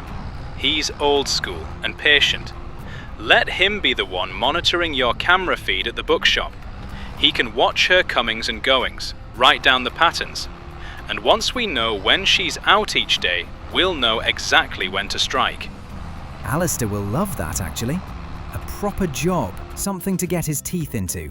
He's been itching to help more. Good. Then there's Margaret. When the time comes, when we've got the box in hand, we need someone steady to call the police. Not later, not tomorrow, immediately. She knows how the trust operates. She knows the right officers. She'll make sure they actually take this seriously. She will. And she'll be furious when she finds out Morven's behind all of it. That'll motivate her more than anything. And then, me. I'll be outside, watching the road, making sure no one from the trust tails you or doubles back. If Calder or one of his boys turns up early, I'll handle it. Distract them, stall them, whatever it takes. Feels like a proper operation. Makes me nervous just thinking about it. Good. Means you understand the weight of it. But you've got the key, Liam. That lockbox won't open without it. And you're the only person in this valley who can do this. If Morven gets that box open before we do, everything he risked is gone. Aye. And Euan's still out there somewhere. I can feel it. We'll at least find out what happened, hopefully. One step at a time. May and June are for watching, waiting, learning her patterns. July is when we move. The month is long, but the moment will be short. And when it comes, lad, we cannot hesitate. Understood. I'll keep farming here, pretend things are normal, but knowing we've got a plan makes this feel a lot less impossible. You're not alone in this, Liam. We'll bring the trust down the right way. Together. Aye. Cheers, Walter. Let's get it done. Right, back to reality. Field 9's pretty much wrapped now. Just a couple more runs to drop into the pit. Feels good getting this stuff in early. Silage is basically liquid gold around here. Last line down the field. Last sweep into the wagon. And that's the final load sorted. Perfect. Silage pit's looking massive this time. About 240,000 litres once Field 13 joined it. Unbelievable. Tractor rolling back and forth now. 99. And there we go. 100% compacted. It's looking brilliant. All right, that's the whole lot in. 240,000 litres. Unbelievable. Let's get this cover on before the weather changes. That's going to ferment into some serious money next month. The sawmill's wood storage is bone dry, completely empty. Can't have that. Productions can't stall. Before May ends, I'll get the winch hitched and run a few more trees in. Should keep things ticking for another full month. Margaret? Hey, perfect timing. I was meaning to call you. Liam, dear, is everything all right? Walter messaged me saying you four were organising something. Aye, it's about Morven. We're putting together a plan for July. Properly this time. Walter, Alistair, Fiona, everyone's involved. And we need you too. Well, I expected something like this. What's my role? You're the one who calls the police when it's time, the second we have the lockbox in our hands. And you know which ones will actually listen. You're right about that. Half the station wouldn't believe a word. But I know exactly who to ring. And you truly think she still has the lockbox? I'm certain of it. And I've got the key. She can't open it without me. July's when we make our move. Then you can count on me. I'll be ready the moment you tell me. This town has been under the Trust's thumb for too long, Liam. Whatever Euan discovered, whatever he hid, we're going to finish what he started. Aye. Together. Just be careful. If Morven suspects anything, she'll disappear. And she's not afraid of covering her tracks. Quick look at the dairy. Oh, look at that. First batch nearly ready. A crate of goat cheese, some bottled milk. It's finally happening.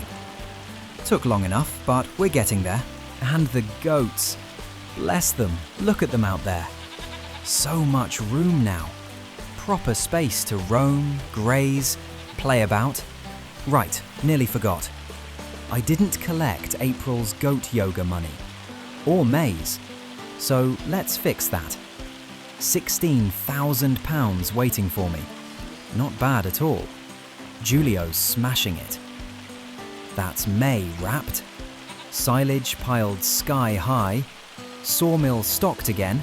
Plans in motion. And the big move creeping closer. June's up next. And after that, July.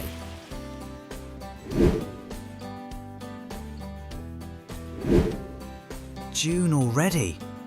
And the trees I planted last year are finally starting to show proper leaves. Yard's looking alive again. And today's a big one. First job is sorting the silage. All 240,000 litres of it sitting in that pit, waiting to be moved. But June also means selling month. Everything's lined up perfectly. The wood in the sawmill has stacked sky high. Beams, long planks, and even the smaller planks I've been holding onto for half a year. But if things go to plan, this could end up being one of the biggest income months this farm has ever had. Quick look at the markets.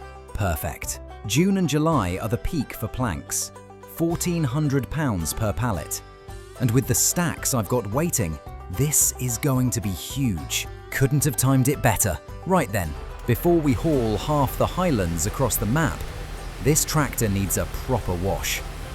Can't be loading all that product with a machine that looks like it's been dragged through a peat bog. Here we go. Let's start with the long planks and the beams. They weigh a ton, but they're worth every penny. Get all these strapped down tight, then head around back for the lettuce crates. Got enough pallets stacked to fill half the trailer on their own. Once this load's sold, I'll come back for the silage at the end of the month. If all goes well, this could be the turning point for the whole farm. Before we crack on, I just wanted to give a massive shout out to some of our next-gen legends. Sox Golf 84, Liza Green 7240, Raven Eye Aerials, and C Senpai. Thank you all so much for the support. Genuinely means the world and helps keep this whole journey rolling. You're absolute stars. You know, ever since Grace called, I haven't really stopped thinking about Godric. She said he was awake, properly awake, almost 2 months ago now. Still recovering, still confused, still trying to piece his life back together. And I haven't heard from him myself. Not yet. Part of me's terrified to call. Part of me's desperate to. It'd just be... Oh, You're joking. You're actually joking. Planks everywhere, lettuces rolling across the concrete like they're trying to escape the farm entirely. This is ridiculous. Look at the state of this. All right, let's clean this disaster up before someone drives past and thinks I've lost the plot. I swear these pallets wait until I'm not looking before they leap off the trailer. Much better. Everything's strapped, neat, not trying to run away. Anyway, back to Godric. I think... yeah, end of this month, once I've wrapped up the work here, maybe it's time I give him a ring. Just to check in. Just to let him know I'm here. Would mean the world to hear him pick up.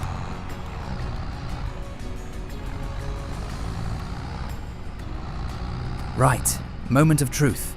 Let's sell this monumental trailer load. 63 grand in the bank already and... boom! Holy moly! Over £100,000! I think that was 107,000 total. One trailer load! That's insane! Absolutely insane for a couple months' work. We're sitting at 170,000 now, And that's before the silage. If we hit 200 grand today, I don't even know what to say. Let's get onto the silage and find out. Now, time to call Uncle Alistair and give him the lowdown for our bookstore heist. Uncle Alistair, you got a moment? Just sold a monster load of planks and lettuce. Felt like winning the lottery. But listen, we need to talk about Morven. Aye, lad. Walter mentioned you were preparing. I figured that'd be coming. You set that camera up yet? Got it mounted across from the shop. Good angle, no blind spots. But we need a proper plan now. July's coming up quick, and that lockbox is still sitting somewhere in her shop. And I've got the key, so we need it. Right, so here's my part then. You want me watching the camera, keeping a log of her movements? When she leaves, when she locks up, when the lights go out? Exactly. You're the lookout. Every day, every night. We need her habits. What time she opens, closes, when she steps out for errands, anything unusual. The more predictable she is, the easier the window. Aye, and what about backup? You can't walk in there alone. That's where the others come in. But your job is the backbone of this whole thing. When July hits, I need to know exactly when that shop is empty. We get one clean chance. Well, I'll do it. For Euan, and for you. Just be careful, Liam. These folk aren't playing games. I know, but we're doing this properly. Thanks, Uncle. I'll keep you updated. Time to make the next call. Fiona needs to know her role in all this too.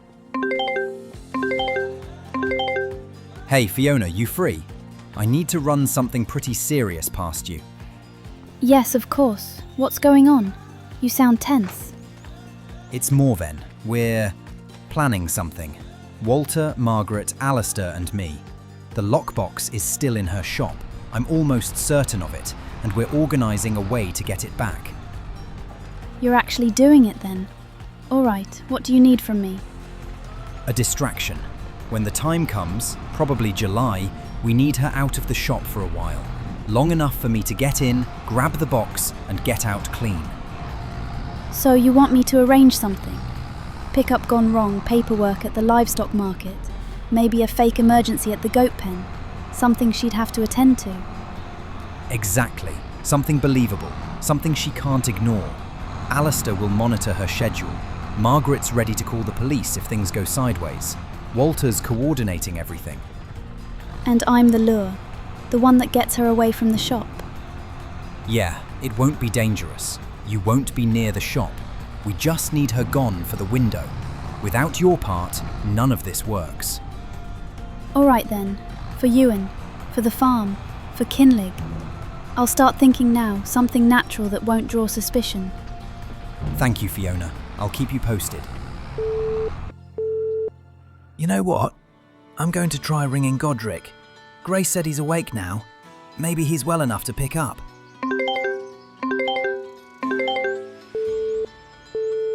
No luck.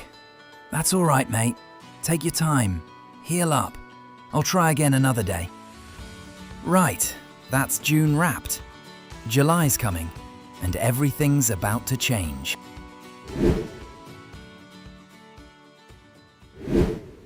July. Last stretch of summer. And today, everything finally comes to a head. Keys in my pocket. Today's the day. No turning back now. Right, everyone's been briefed. Walkie-talkies charged. Fiona, Margaret, Walter, Uncle Alistair. We've spent 2 months watching Morven's routine, waiting for a gap. And today she's sticking to her Thursday pattern. Leaves the shop at 9 a.m. Perfect. All right, Uncle. Here we go. You sure you're ready for this, lad? As ready as I'll ever be. Got the key, got the nerve. Just need the chance. Fiona's luring Morven away longer this morning. Walter's watching the street. Margaret's on police duty. You get in, get the box, get out. Simple as. Yup. Simple. Terrifying, but simple. Channel 3. Stay sharp. Always. Good luck, Liam. Next stop, Margaret. Need to calm her down, prep her for the police call, and give her her radio. If all goes well, within the next few hours, we'll have the lockbox back. And maybe even proof of what they did to Euan. Feels unreal even saying that. Margaret, it's happening. Today. Oh, goodness. I've been rehearsing what to say for weeks. You're certain she's out this morning? Positive. Fiona's handling that.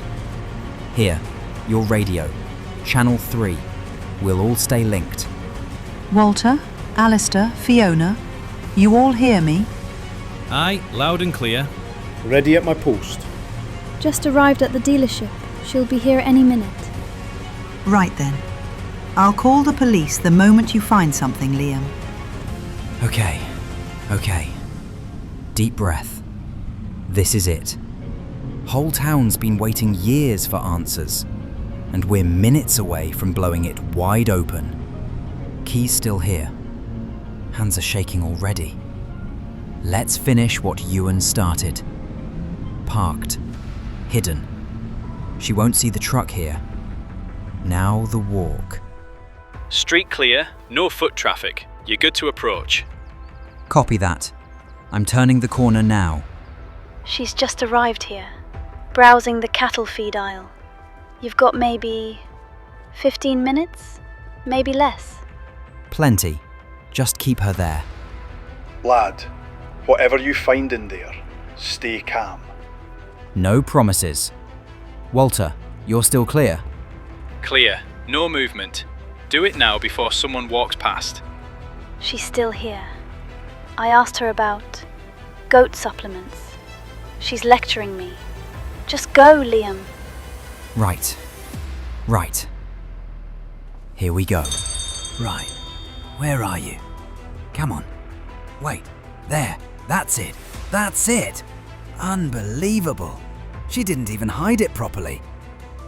Oh my God. This is everything. Everyone, I've got it. I've got the lockbox. It's full of documents, forged signatures, bribes, orders from the trust, and something about Euan. This is enough to put them all away. Liam, are you certain? Real proof? Yes, more than enough. I'm calling the police, right now. Stop! Everyone stop! She's on her way back. Morven's coming back up the street. Liam, out! Get out of there! What was that? Liam, move! You've got no time! No, hang on. There's something down here. Please don't be what I think. Hello? Is someone there? Euan? Euan MacLeod? Please, don't shut the door again. Please. He's here! He's down here! Euan's alive! He's alive! Oh my God! Euan? Liam, is he really? He's here, Margaret. He's here. We found him. Margaret? Oh, Margaret, I never stopped. Liam, Morven is right outside. Get him out of there, now! What are you doing in my shop? Step away from there. You locked him in a cellar for 6 years. He knew too much. He was going to expose everything. You don't understand. No, I understand perfectly. The trust dies today. Police, step away from him. Hands where I can see them, now. You don't know what you're doing. The trust owns this town. Not anymore. You're under arrest for kidnapping, conspiracy, fraud, and unlawful detainment. Euan, oh my darling. I thought you were gone. I thought... I'm here, love. Thank God for Liam. You're safe now, both of you. They've arrested Calder as well. Caught him trying to flee Kinlaig. The whole trust is finished. Good riddance. Kinlaig finally gets to breathe again. Funny thing, standing here now, looking over all this, it still doesn't feel real. 5 years ago, this place was a ruin. A broken farm, a broken village, and a whole lot of questions no one wanted to ask. And now look at it. Fields full, goats out in the sun, the dairy ticking away, the sawmill running smooth, cows happy as ever, and Kinlaig finally at peace again. Morven's gone, the trust has crumbled, Margaret has her husband back, and for the first time since I arrived here, it feels like the weight's actually lifted. I can breathe again. Just a lad on his farm, in the Highlands, doing honest work. Right, Fiona, listen. Do you maybe want to grab a coffee sometime? About time you asked, Liam. I'd like that. It's a date. Brilliant. I'll see you soon then. Now, one last call. Let's see if he picks up this time. Come on, mate. Liam? Godric, you're awake. Properly awake. Yes, I'm back, mate. And we've got a lot to talk about. Oh, you have no idea. Let me guess. Goat yoga.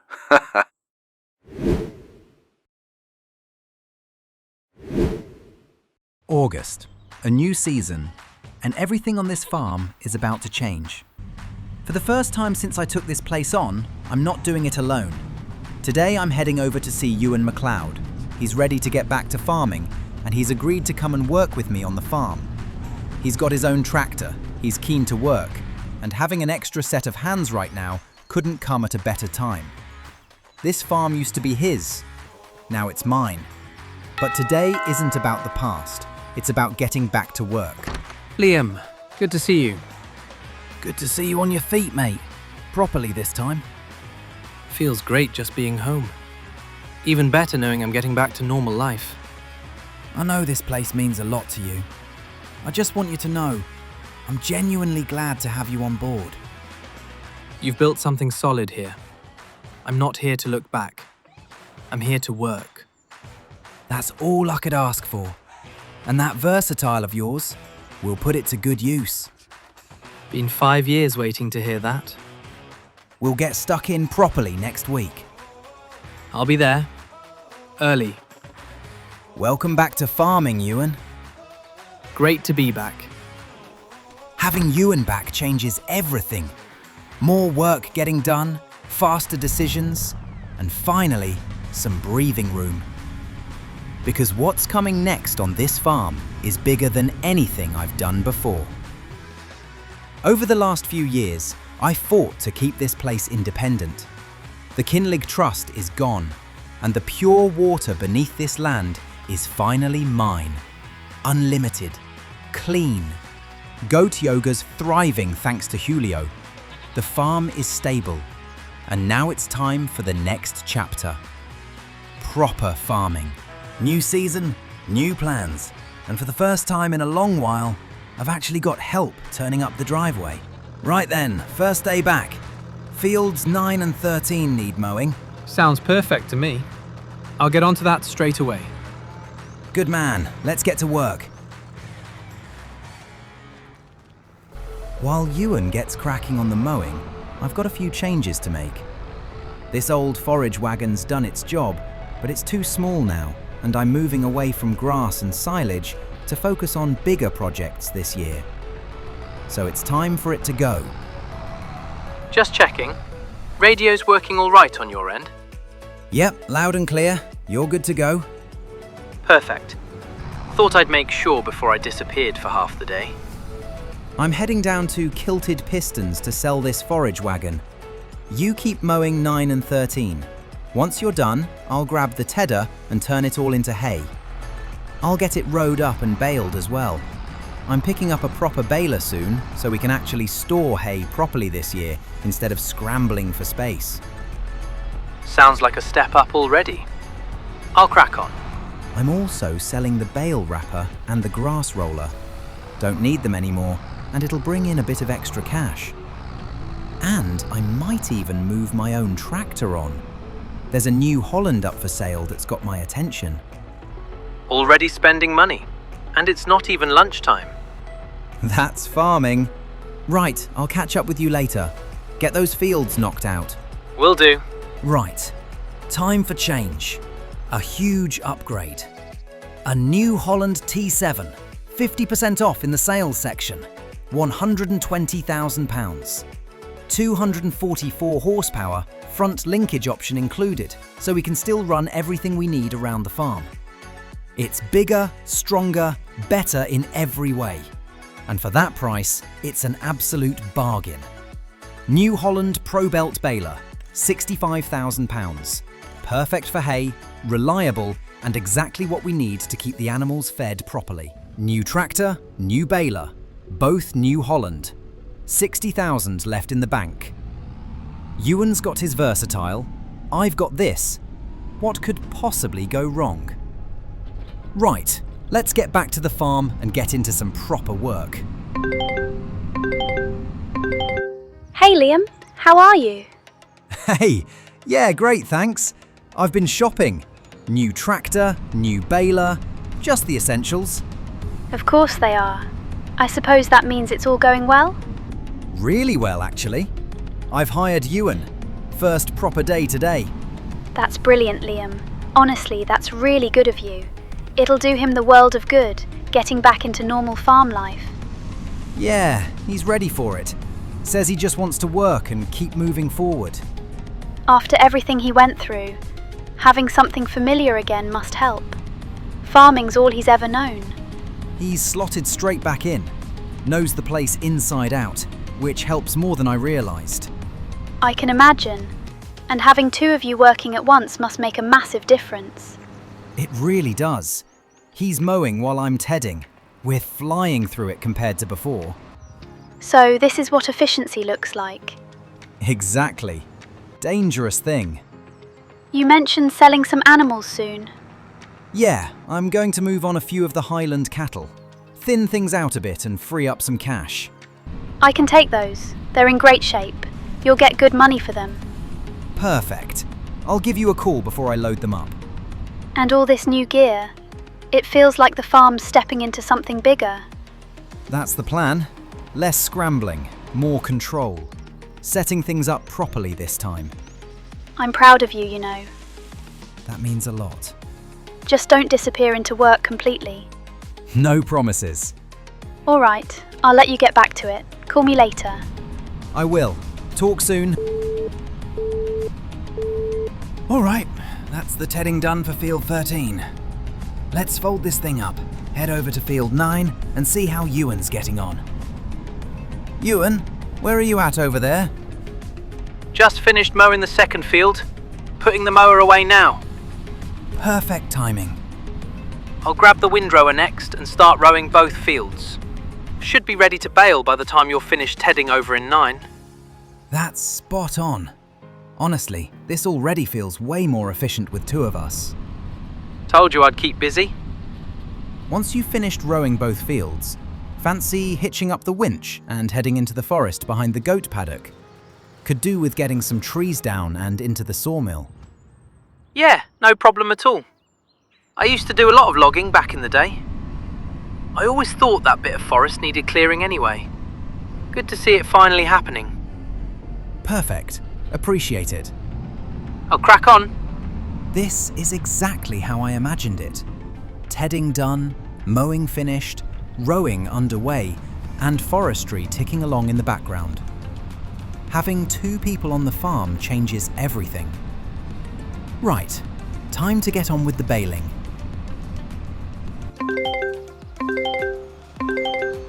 All right, lad. Just checking in. Heard you've got some help on the farm now. Yeah, I hired Euan. First proper day today. That's good to hear. How's it going with the two of you?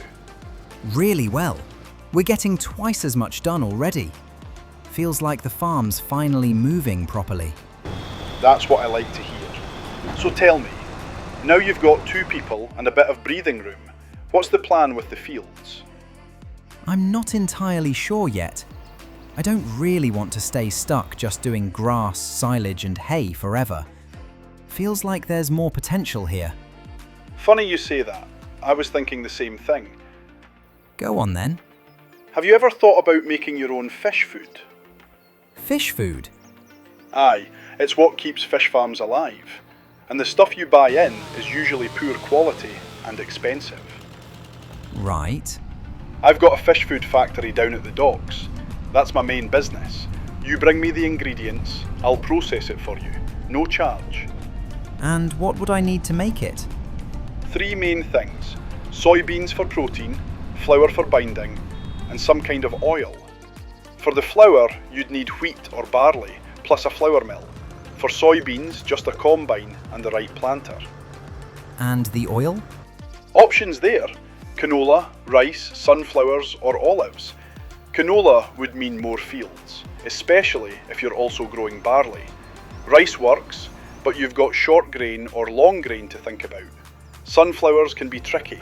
Different headers, different kit. What about olives? Now you're thinking. Olive groves are a solid option if you've got the space. There's that big meadow next to the goat paddock, right by where that young fish breeding place is. That'd be ideal. You'd need a small tractor, a few orchard implements, plant the trees in March, and then harvest every October.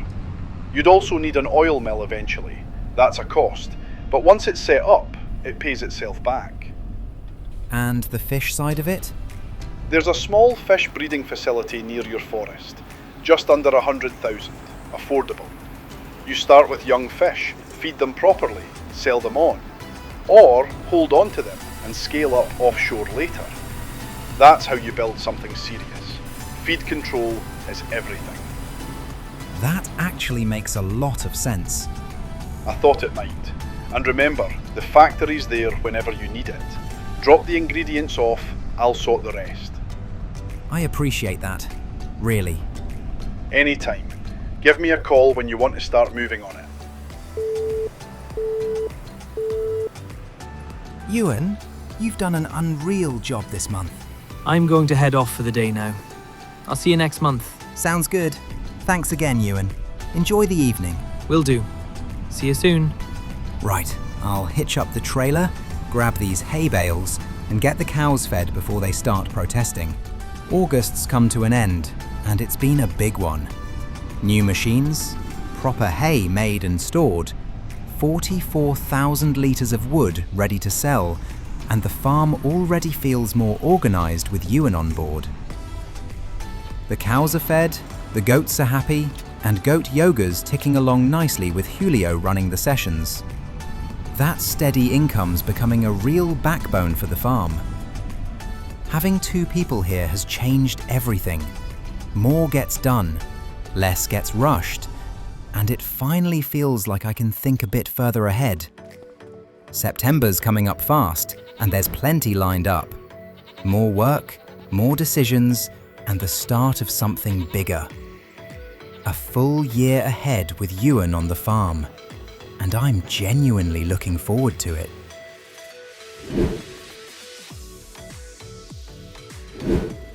September's here. New month, new momentum, and things on the farm are already moving fast. Right, time to check on these cows. We've got 10 new calves on the ground, which is unreal. That's the signal I was waiting for. 10 cows, 49 months old, £3,000 each. Morning. Plan for today's pretty straightforward. I'm going to load up 10 of the older Highland cows and take them down to Fiona's market. Sounds good. Can you hitch up the trailer, load all the planks and beams from the sawmill, and run them down to the warehouse? Yep, I'll get onto that now. Perfect. Right, let's get set up. I'll be honest, I'm going to miss these cows. This is the first time I've sold any since I bought them nearly 5 years ago. They were the first proper livestock I ever had here. 49 months is a long time. They've given me 30 calves between them, kept the farm going in the early years, and now it's finally time for them to pay their way as well. That's farming. You can't keep everything forever. All right, girls, you've done well. Time to call Fiona and let her know. Hello? Hey, I'm on my way down with 10 Highland cows. Perfect timing. They'll fetch good money here. They're in great condition. Good to hear. I'll be there shortly. See you soon. That's 30,000 coming back into the farm. A tough decision, but the right one. Euan, you back at the farm now? Yeah, just got back. Wood sold for about £50,000. Nice work. Any chance you can load up the lettuces and the dairy products and run those down to the warehouse as well? No problem. I'll take care of it. I'll park this trailer up once I'm back and then head down to Kilted Pistons. Time to pick up a new cedar and keep this year rolling. September's already paying off. Money coming in, work getting done, and the farm moving forward properly. Let's keep going. Right, that's the animal trailer dropped off. Job done. Time to head to Kilted Pistons and get ourselves a cedar. These fields are empty now, and September's the perfect time to get barley in the ground. I want a direct drill seeder. Something that lets me plant straight into the soil without worrying about cultivating first. All right, here we go. Let's see what this place has to offer. I'm torn between two options here. The Phoenix and the Aquila. The Aquila's wider, but it's £10,000 more, and I already have a fertilizer set up back at the farm. The Phoenix is 3 meters wide instead of 4, but with only 2 fields to plant, that's not a problem. It'll direct drill barley, do the job properly, and save me money. And we'll need seed to go with it. 3 pallets at 1,050 litres each. That gives me 3,150 litres. Plenty to fill the cedar and get both fields done. 107,000 left in the bank. Cedar's full. Let's head back to the farm and get planting. Field 9 first, then straight into field 13. Barley going in today. Let's get to work. Euan, how are you getting on over there? I noticed the grass in the meadow was getting long, so I thought I'd crack on and cut it. I'll bale it up as well while you're planting. Look at you, taking initiative already. Figured I'd keep busy. Appreciate it. That helps a lot. Hi, Liam. I hope I'm not interrupting. Not at all. I just wanted to thank you. Euan's been so excited coming home from the farm every day. It's honestly done wonders for him after everything that happened. 5 years locked away like that. I still can't believe it sometimes. But seeing him back doing what he loves, it's like I've got my husband back. I'm really glad to hear that. He's been brilliant here. He does have moments where he seems a bit distant, but I think in time things will settle. We've moved into the new house near the farm, and between that and the payout from the government, things are finally starting to feel normal again. And I just want you to know, none of this would have happened without you. You didn't have to help uncover what the Trust was doing, but you did, and I'll always be thankful for that. I'm just glad it all worked out in the end. So am I.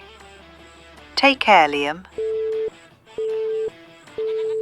Right, barley's planted, meadow grass baled. Everything's moving exactly how it should. Before the month's out, I'll collect the goat yoga income. £10,000 thanks to Julio running the classes. September's been a strong one. Crops in the ground, money coming in, and the plan rolling forward nicely. October's up next, and at this rate, we're only just getting started.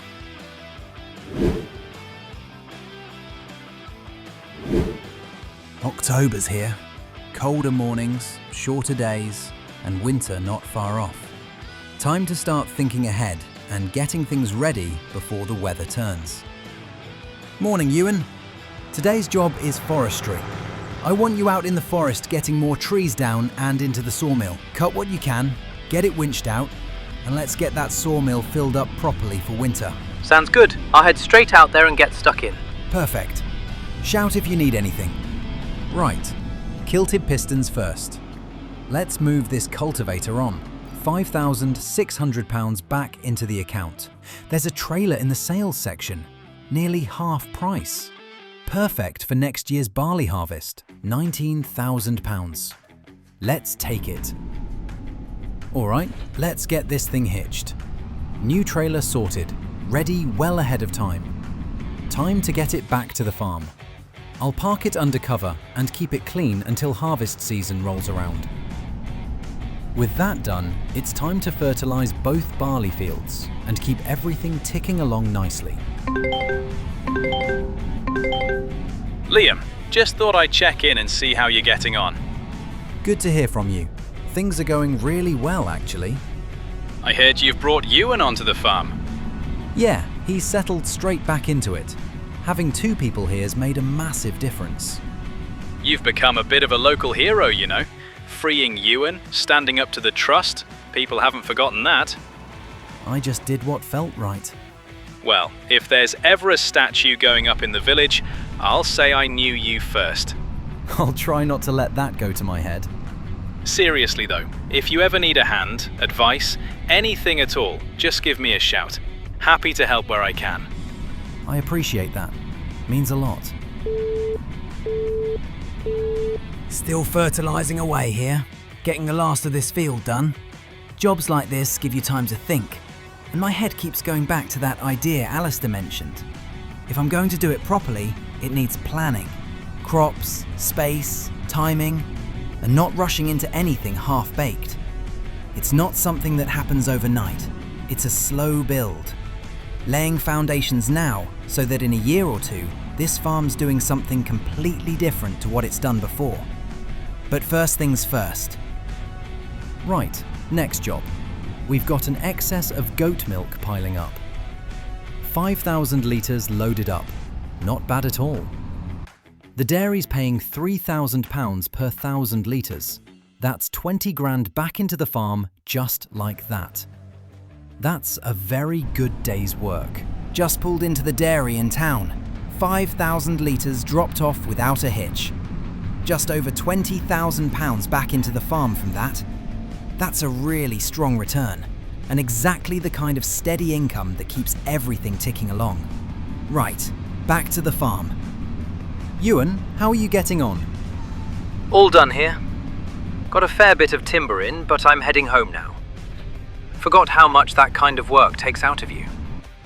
No worries at all. You've earned the rest. I'll head up and collect the goat yoga income. Might even sign you up for a session with Julio.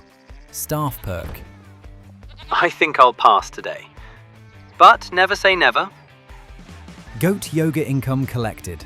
Julio's still doing his thing, and it's quietly paying the bills. October's been all about preparation, feeding the animals, thinning numbers where needed, and keeping the sawmill stocked up for winter. November's next. More of the same. Steady work, smart decisions, and keeping this farm moving forward.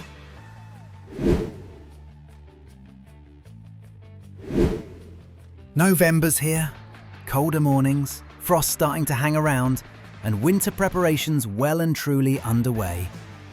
Right, time to check on these beautiful Highland cattle. The oldest ones are 24 months now, valued at around 3,000 each, which is great. We're not selling yet though. They're about 4 months away from calving, so they stay put. Everything's looking healthy. All right, let's go check on these goats.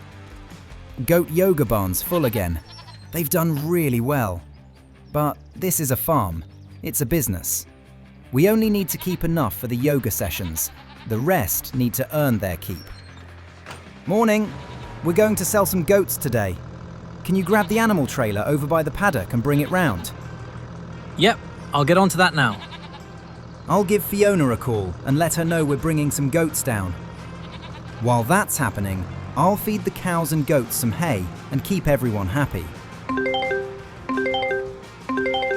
Hey you, what's up? We're sending a trailer load of goats your way today. 13 of the older ones. Perfect. They're in great condition. You'll get good money for them. Good to hear. Euan's bringing them down shortly.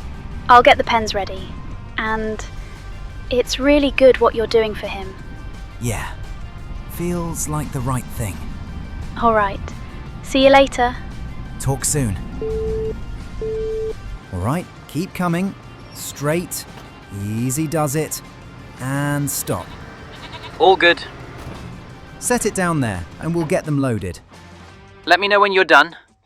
13 goats loaded. Oldest ones. You're good to head off. Sounds good. I'll check back in later. Right. Let's feed the remaining goats some hay, then we'll check what timber we've got for the day.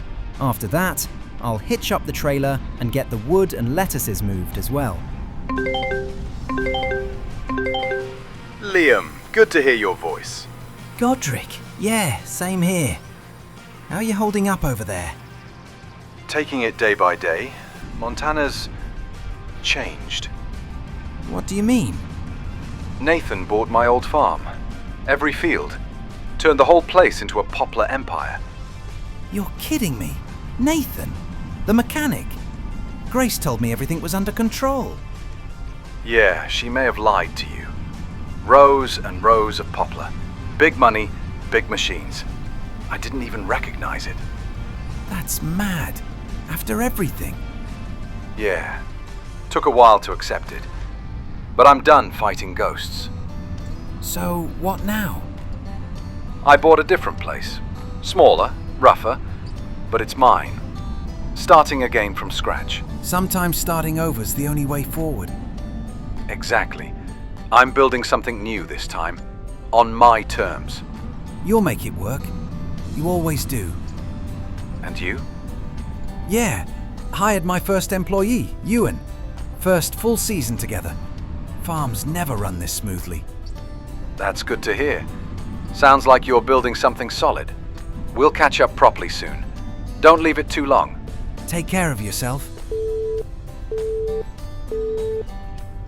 The cows are looking great. They're in really good shape. Yeah, thanks for all your help this month. Not much else happening now. I'll let you know what's coming next. That's November wrapped up. Winter's coming in, the farm's stable, and we're set up well for what's next. And now, a massive thank you to our next-gen legends. Chris 47362, Mud and Chrome, Euan Connor 1296, and Vivid Shadow. Your support genuinely keeps this series going. See you in December.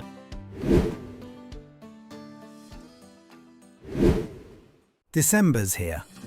Cold mornings, long nights, and winter properly settling in now. First job of the month is collecting the goat yoga income. 9,000 from last month, 9,000 from this month. That's 18,000 straight into the account, putting us at 140,000 to start winter off. Euan, you ready for the day? Yep. Just checking on the cows.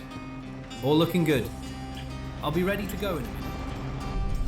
Perfect. I need you to hitch up the trailer and head down to Kilted Pistons. We're going to need a lot of lime. Get as many as you can and bring it back to field 13. I'll get the lime spreader on and start there, then move over to field 9. We'll probably need a few top-ups along the way. Sounds good. Lucky this stuff's cheap. I'll bring a full trailer load back, drop it at the field, and whatever's left we'll stick in the shed for next time. Perfect. And once you've dropped the lime off, can you head back out to the forest and do some more cutting? We need to keep that sawmill stocked. Yep, I'll get straight onto it. Right. Lime spreader's on, and I'll start working over field 13 first. Then head across to field 9 once that's done. Both fields are in barley now, and the plan is to let them grow right through winter and into the new year, all the way through to harvest. The lime's important for keeping the pH right, and I've already done the nitrogen with fertilizer, so yield-wise, these fields should be in a really good place come spring. Once this is done, there shouldn't be much more to worry about on them for a while, which is a nice change. That does free up some headspace to think about what's coming next. For the bigger plan, we're going to need another field for soybeans. That means looking at land to buy, and it also means we'll need a planter as well. so that's another big purchase to think about, and something we'll need to make sure we've got money set aside for. There's a lot to think about over the next few months, but we'll take it one step at a time. Euan, can I ask you something? You don't have to answer if you don't want to. All right. Have you ever really talked about what happened? Those 5 years in Morven's cellar? Not really. I'd rather leave that in the past. It's done. No point dragging it back up. Yeah, fair enough. I get that. Anyway, I finished bringing the wood in. Sawmill's full now. Should last us a couple of months. Perfect. That's ideal. I'm heading home. Margaret's got dinner waiting. Think it's stew tonight. Something warm for this weather. Sounds good. Thanks for today. Have a great Christmas, and I'll see you in the new year. Cheers. See you in January. Back to work now. Lime still going down, tractor ticking along. But it's hard not to think about what Euan went through. Maybe some things are better left unspoken. What matters is he's here now, working, living, moving forward. That's December done. Short days, cold weather, but the lime's down and the fields are set. Time to head inside, warm up, and get ready for January.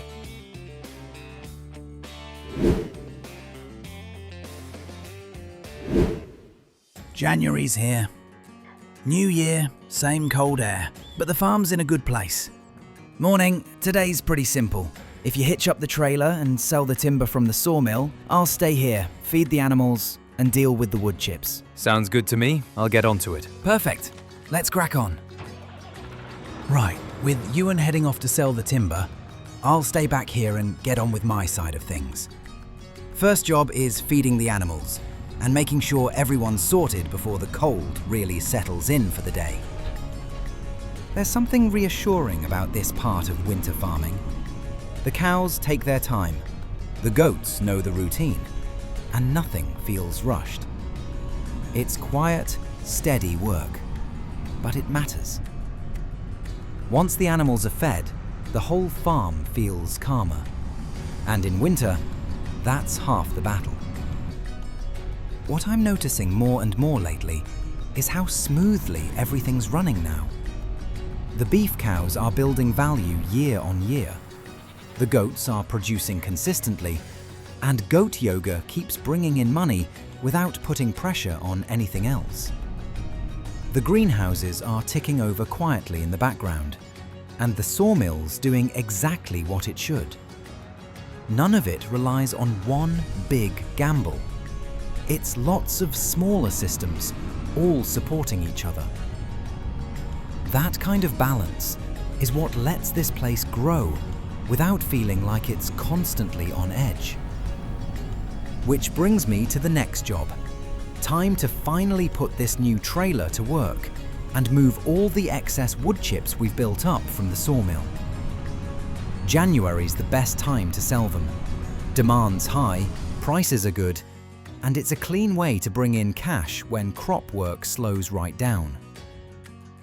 Closest sell point is the Logistics Centre Railroad. Short drive, low fuel cost, and they're paying £550 per 1,000 litres. We've got 57,000 litres to move in total. Once it's all sold, that's just over £31,000 back into the farm. Each trailer load holds about 18,000 litres, selling for just over £10,000 a run. It takes a few trips, but for winter income, that's hard to beat. Wood chips are one of those things you don't really think about at first, but over time, they become a really solid part of the business. Trailer tipped, money in. That's gone exactly to plan. Hey, how's the farm holding up in this cold? Honestly, really well. Things feel settled for once. That makes me so glad to hear that. Hard to believe we've been together about 6 months now. I know. It feels like it's flown by, but also like we've been through a lot in that time. Everything with the trust, Euan, uncovering all of that. I don't think either of us expected it to turn into this. No, but going through it together changed things. I think it brought us closer faster than normal.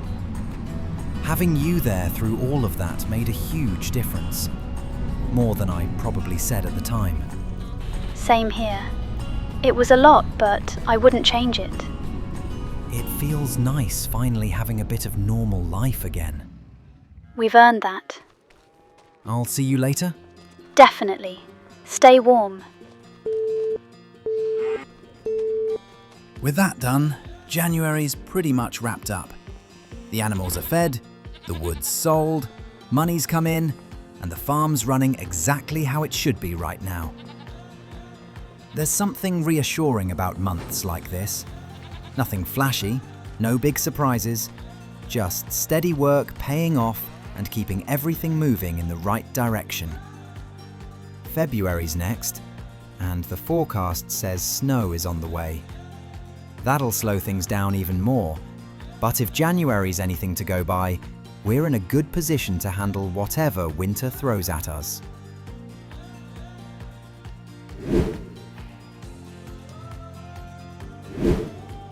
February's here, and the snow's arrived with it.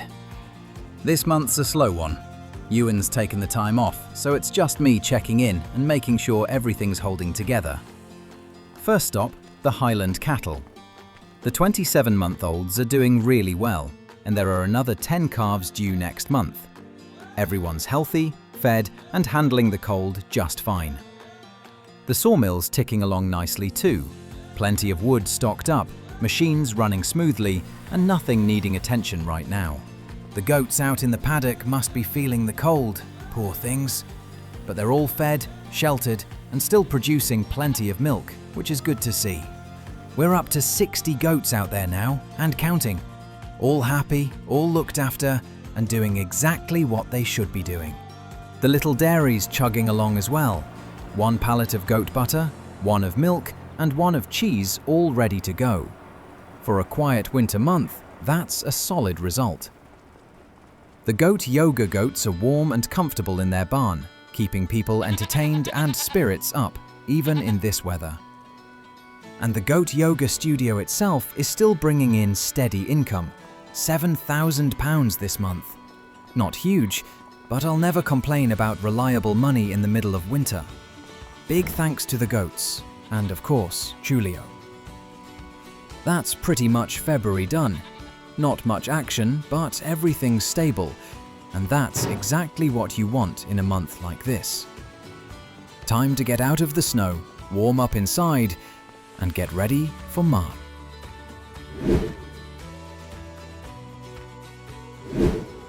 March is here. The snow's finally gone, the ground's thawing out, and it feels like the farm can breathe again. Spring's officially arrived. Morning, Liam. Just wanted to let you know I've got a doctor's appointment this morning, so I'll be a bit late coming in.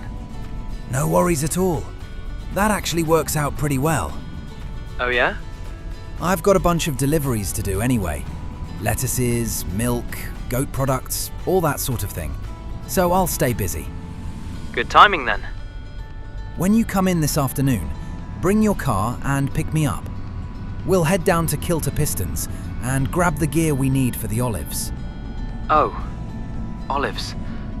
That's right. March already, is it? Time to plant them. Exactly.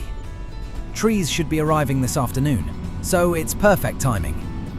Sounds good to me. I'll give Uncle Alistair a call and double check what gear we actually need. Then we'll grab it all in one go. Good plan. I'll see you this afternoon. Right, while Euan's tied up, I'll crack on with the deliveries. First the lettuces, then the dairy products. Bottled goat milk, butter, cheese, and I'll grab all the excess milk from the goat pens as well. Once that's done, it's time to lock in exactly what we need to get these olives planted properly. Liam, good to hear from you. How's things looking? Pretty good. Just wanted to double check a few things. We've ordered the olive trees, and they should be arriving this afternoon. Euan and I are heading to Kilter Pistons later to pick up the gear. That's smart. Best to get it right before the trees go in. What would you recommend we get? You'll want a small tractor, something like a Landini. Cheap, nimble, and small enough to fit between the rows once the trees are planted. You'll also need a small mulcher. The TPN140 should do the job, and a compact sprayer. The Hardy Mercury would be ideal. Big tractors won't fit once those trees are in. That makes sense. Small tractor, small gear, keep everything manageable. Exactly. Once March is gone, you've missed your planting window. And remember, October's the only month you'll be able to harvest. Got it. We'll make sure we get enough trees in to make it worthwhile. Good. Keep me posted, and shout if you need anything. Will do. Thanks, Uncle. All right, deliveries done, trailer parked, and that's my cue. Right on time. This is the part where things start to get real. Afternoon. Ready to spend some money? Very much so. I just got off the phone with Uncle Alistair, and he reckons we need to keep this simple and small. What's he thinking? Small tractor first, something light enough to get between the rows once the trees are in. Big tractors would be a nightmare once those olives are planted. Exactly. Then a small mulcher and a compact sprayer. Sounds like the right setup. All right, let's see what they've got in stock. This is it. Landini Rex 4 GT. 70 horsepower, compact frame, light blue. 42,500 pounds. Front 3-point attachment as well. That's exactly what we need. TPN 140 mulcher. 4,500 pounds. Simple, reliable, job done. Hardy Mercury sprayer. 4-meter working width, 28,000 pounds. Small enough to fit the rows, big enough to be useful. This gear really is small, but that's the whole point. It'll get the job done without damaging the trees, and that's what matters. We better get this back to the farm. The olive trees should be arriving any minute now. Oh, before I forget, this sprayer's going to need liquid fertilizer. 2 pallets, 4,000 litres total. That should keep us going. Liam, I'm back at the farm. Trees are arriving now. You'll want to be here to tell them where to put them. On my way. Don't let them unload yet.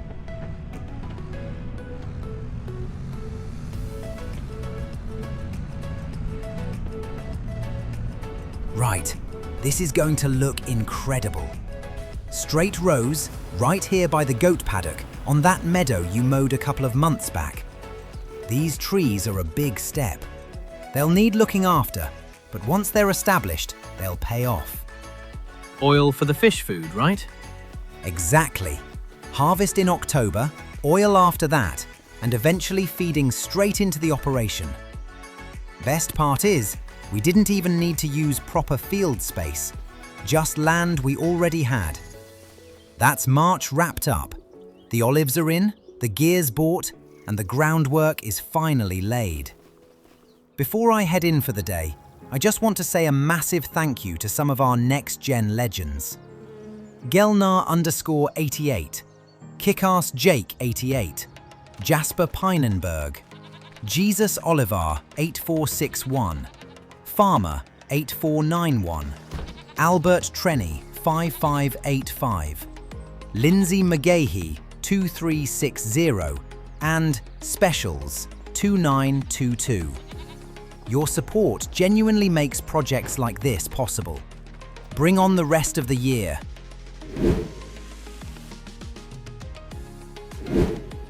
April's here, and spring's properly arrived now, and there's a lot to get through if we're going to keep this momentum going. First things first, let's check on these cows. 40 in the pen now, with the newborns doing well. Always a good sight to start the month. Right, time to get to work. I'll get the tractor started, hook up the front attachment, and start loading up some hay bales. These girls are hungry, and there's no point standing around admiring them when they've got no food. Morning, Liam. I'm on today and ready to go. Perfect. I've been thinking, it's probably time we sold that old log trailer. Yeah, we haven't used it in ages. Exactly. No point keeping it around when we could use the money. Take it down to Kilter Pistons and see what we can get for it. Should fetch around 30 grand, I reckon. That'll do nicely.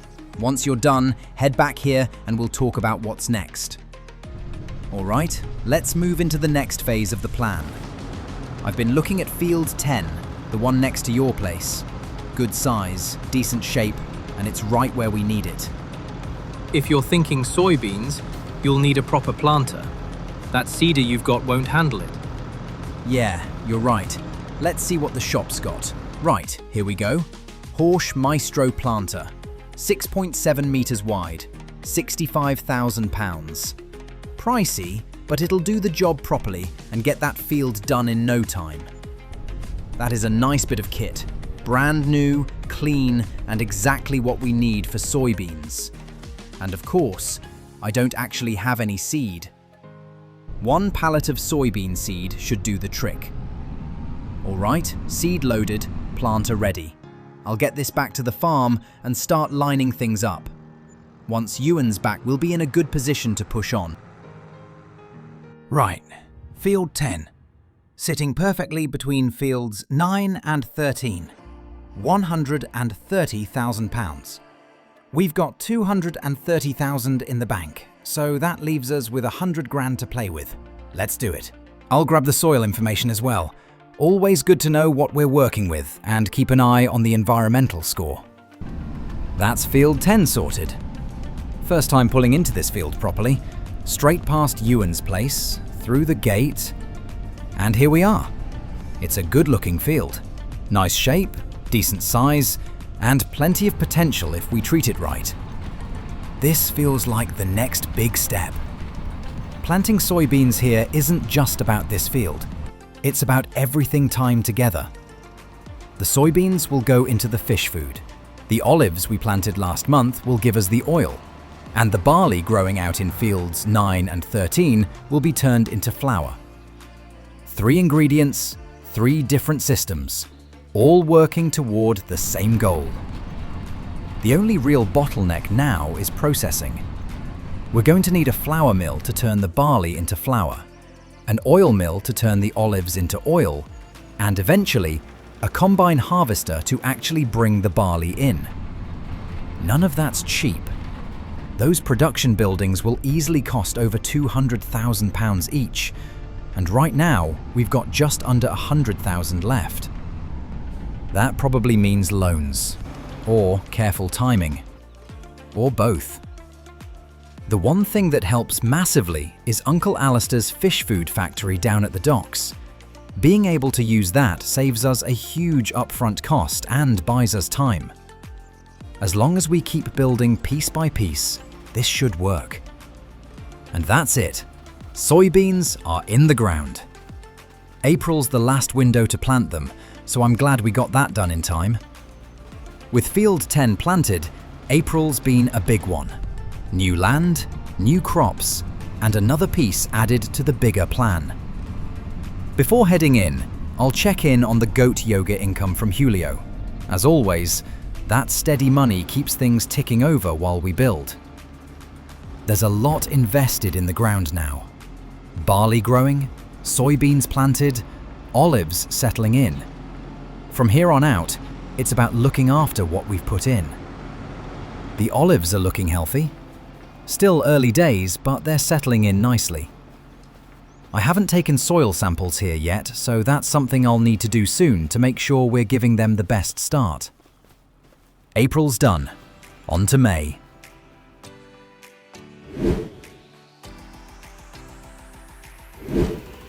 May's here, and the rain has turned up in full force. Not exactly ideal, but there's always work to do on a farm like this. It's absolutely pouring, but Euan's rolling in, and we've got plenty to get through today, rain or not. Right, good morning. I'll hitch up the flatbed and start moving the lettuces and timber. There's a fair bit to deliver today. Sounds good. If you can grab the animal trailer and load up the oldest 10 cows, get them sold. They've had their calves now, so it's time to rotate them out. Should bring in about 30 grand. I'll get onto it now. Sounds good. See you out there. Liam! Blimey, mate. How are you? Giles, good to hear your voice. I'm doing well. Been a busy year. I bet. What have you been up to up there? Quite a bit, actually. Expanded the farm, brought in soybeans, planted an olive orchard, and I'm working toward producing my own inputs for the future. That sounds massive. Always knew you wouldn't sit still. It's been a long road, but things are starting to line up now. I'd love to come see it all one day. Just can't seem to get away from my own place at the moment. Same here. Always something needing attention. Still, good to catch up. Hopefully we'll manage a visit one day. Definitely. Take care, mate. Right, and that's all the deliveries done for today. A nice chunk added to the bank. Just over £50,000 in total once it's all tallied up. That's really helped us this month, no doubt about it. Last thing to do is grab this goat milk from the paddock and get it over to the little dairy. Got to keep this thing churning away. Goat butter, goat cheese, bottled goat milk, the whole lot. All right, that's the deliveries wrapped up. Let's get this trailer put away and move on to the next job. Right, one thing I haven't used at all this year is this silage pit. It's just taking up space. Space we could use far more efficiently. And just like that, gone. £25,000 back in the bank and a big open space in the yard. Just arrived at the animal dealer. Fiona's here helping get everything sorted. Perfect. How's it looking? 10 cows sold, £30,000. 3 grand ahead. Can't argue with that. Nice work. Before wrapping things up, a quick look at the goat yoga barn. Goat yoga's been solid once again. £8,000 this month, bringing the bank up to just over 208,000. Between the cow sales, deliveries, and steady side income, May's been another strong month, even in the rain. That's May done. Onward into June.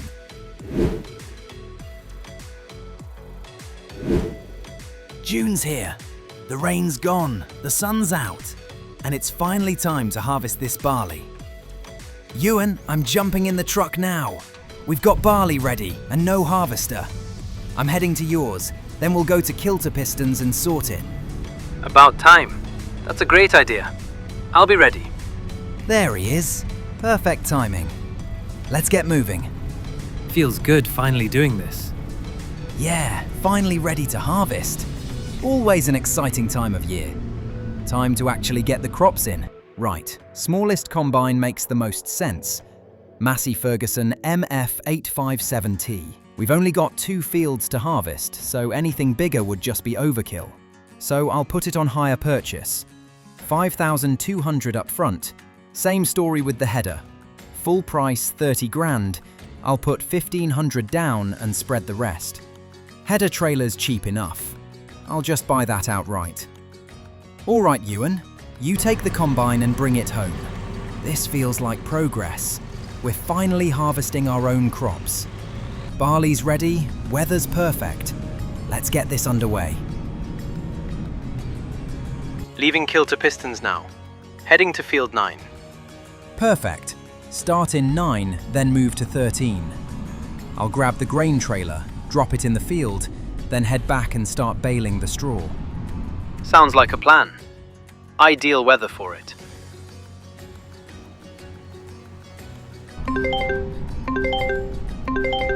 Hey, I heard harvest finally kicked off.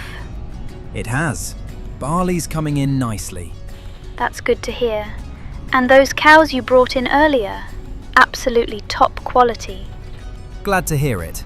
They've been well looked after. Once you're done playing farmer, fancy doing something together?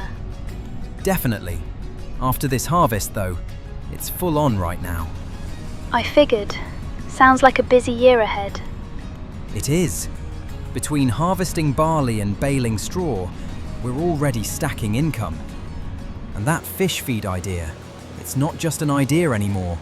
It's actually happening. That's huge. Having Uncle Alistair's factory makes all the difference.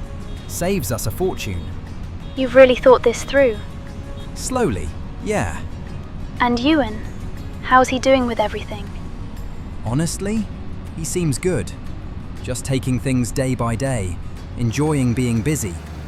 That's really nice to hear. We'll catch up properly after harvest. Right, that's the last of Field 9 unloading now. Barley flowing clean into the trailer. Good yields, nice and dry. Everything's baled up already, straw's out of the way, and that field's officially done. Let's get hitched up and move over to Field 13. Trailer's on. I'll take this first load back to the yard, get it unloaded. Then we'll finish the rest off.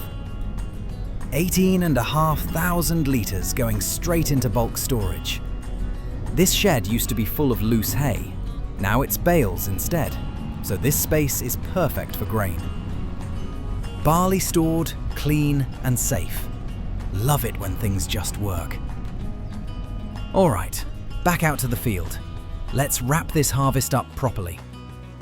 And while the machines are ticking away, I just want to take a moment to shout out some absolute legends supporting the channel. Valdis Yogi 2782, Nikolai 6975, W Smith 201279, Abs_3369, Ricky Gaming 4923, and Nux 1983.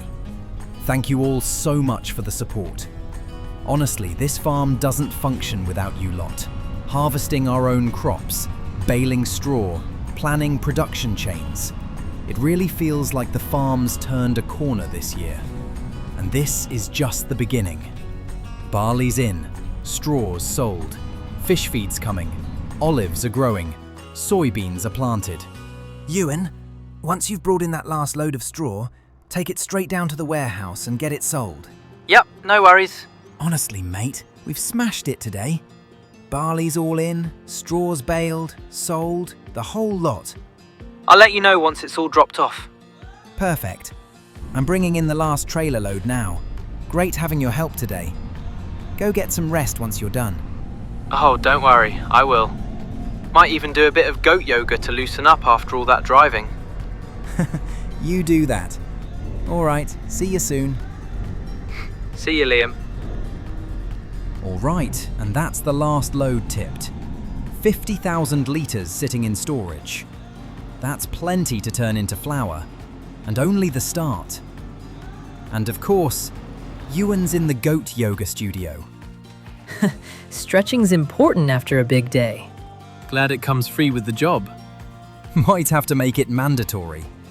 Anyway, enjoy yourselves. Here we go. £10,000 from goat yoga this month. Not bad at all. June's wrapped up. Barley harvested, straw baled, money rolling in. One more month to go. Onward to July.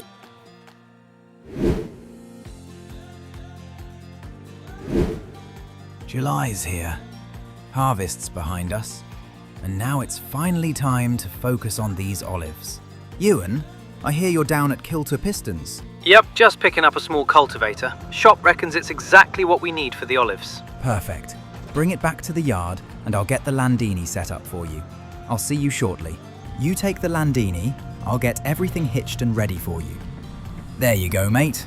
All set. Have fun out there. Finally, now that harvest's done, we can give the olive grove the attention it deserves. What we're doing here is mulching and subsoiling between the rows. It clears out the overgrowth, opens the soil back up, and lets air and moisture get down to the roots. Olives hate compacted ground. If the soil can breathe, the trees thrive, and that's what sets us up for a good harvest later in the year. It's a slow job, but it's worth it. These rows are tight. Good thing we went with the small tractor, eh? No way the big gear would fit through here. Yeah, this would be impossible otherwise. Tight rows, but the Landini's handling it well. Nitrogen's looking a bit low though. Once you're finished here, we'll need to get fertilizer on these trees. Yeah, definitely. We'll get that sorted and push the yield as much as we can. Walter, how's things? Not bad at all. I hear you're up to something new over there. What's all this I'm hearing about olives? Planted them back in March. Now we're mulching, subsoiling and spraying to get them established properly. Oil's a key part of what we're building. Olives, eh? I'd have thought canola or sunflowers. Canola timing didn't line up, and sunflowers would have meant another header. Olives made sense. Different, but they use land we weren't really farming. Fair enough. Olives can be tricky though, and that harvester won't be cheap.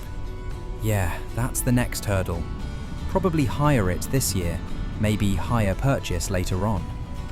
Big move. Hope it pays off. Me too. Thanks, Walter. Right, back to work. Time to get some money flowing again. Lettuces first, then wood beams. We'll come back for the planks later. How are you getting on, Euan? All done.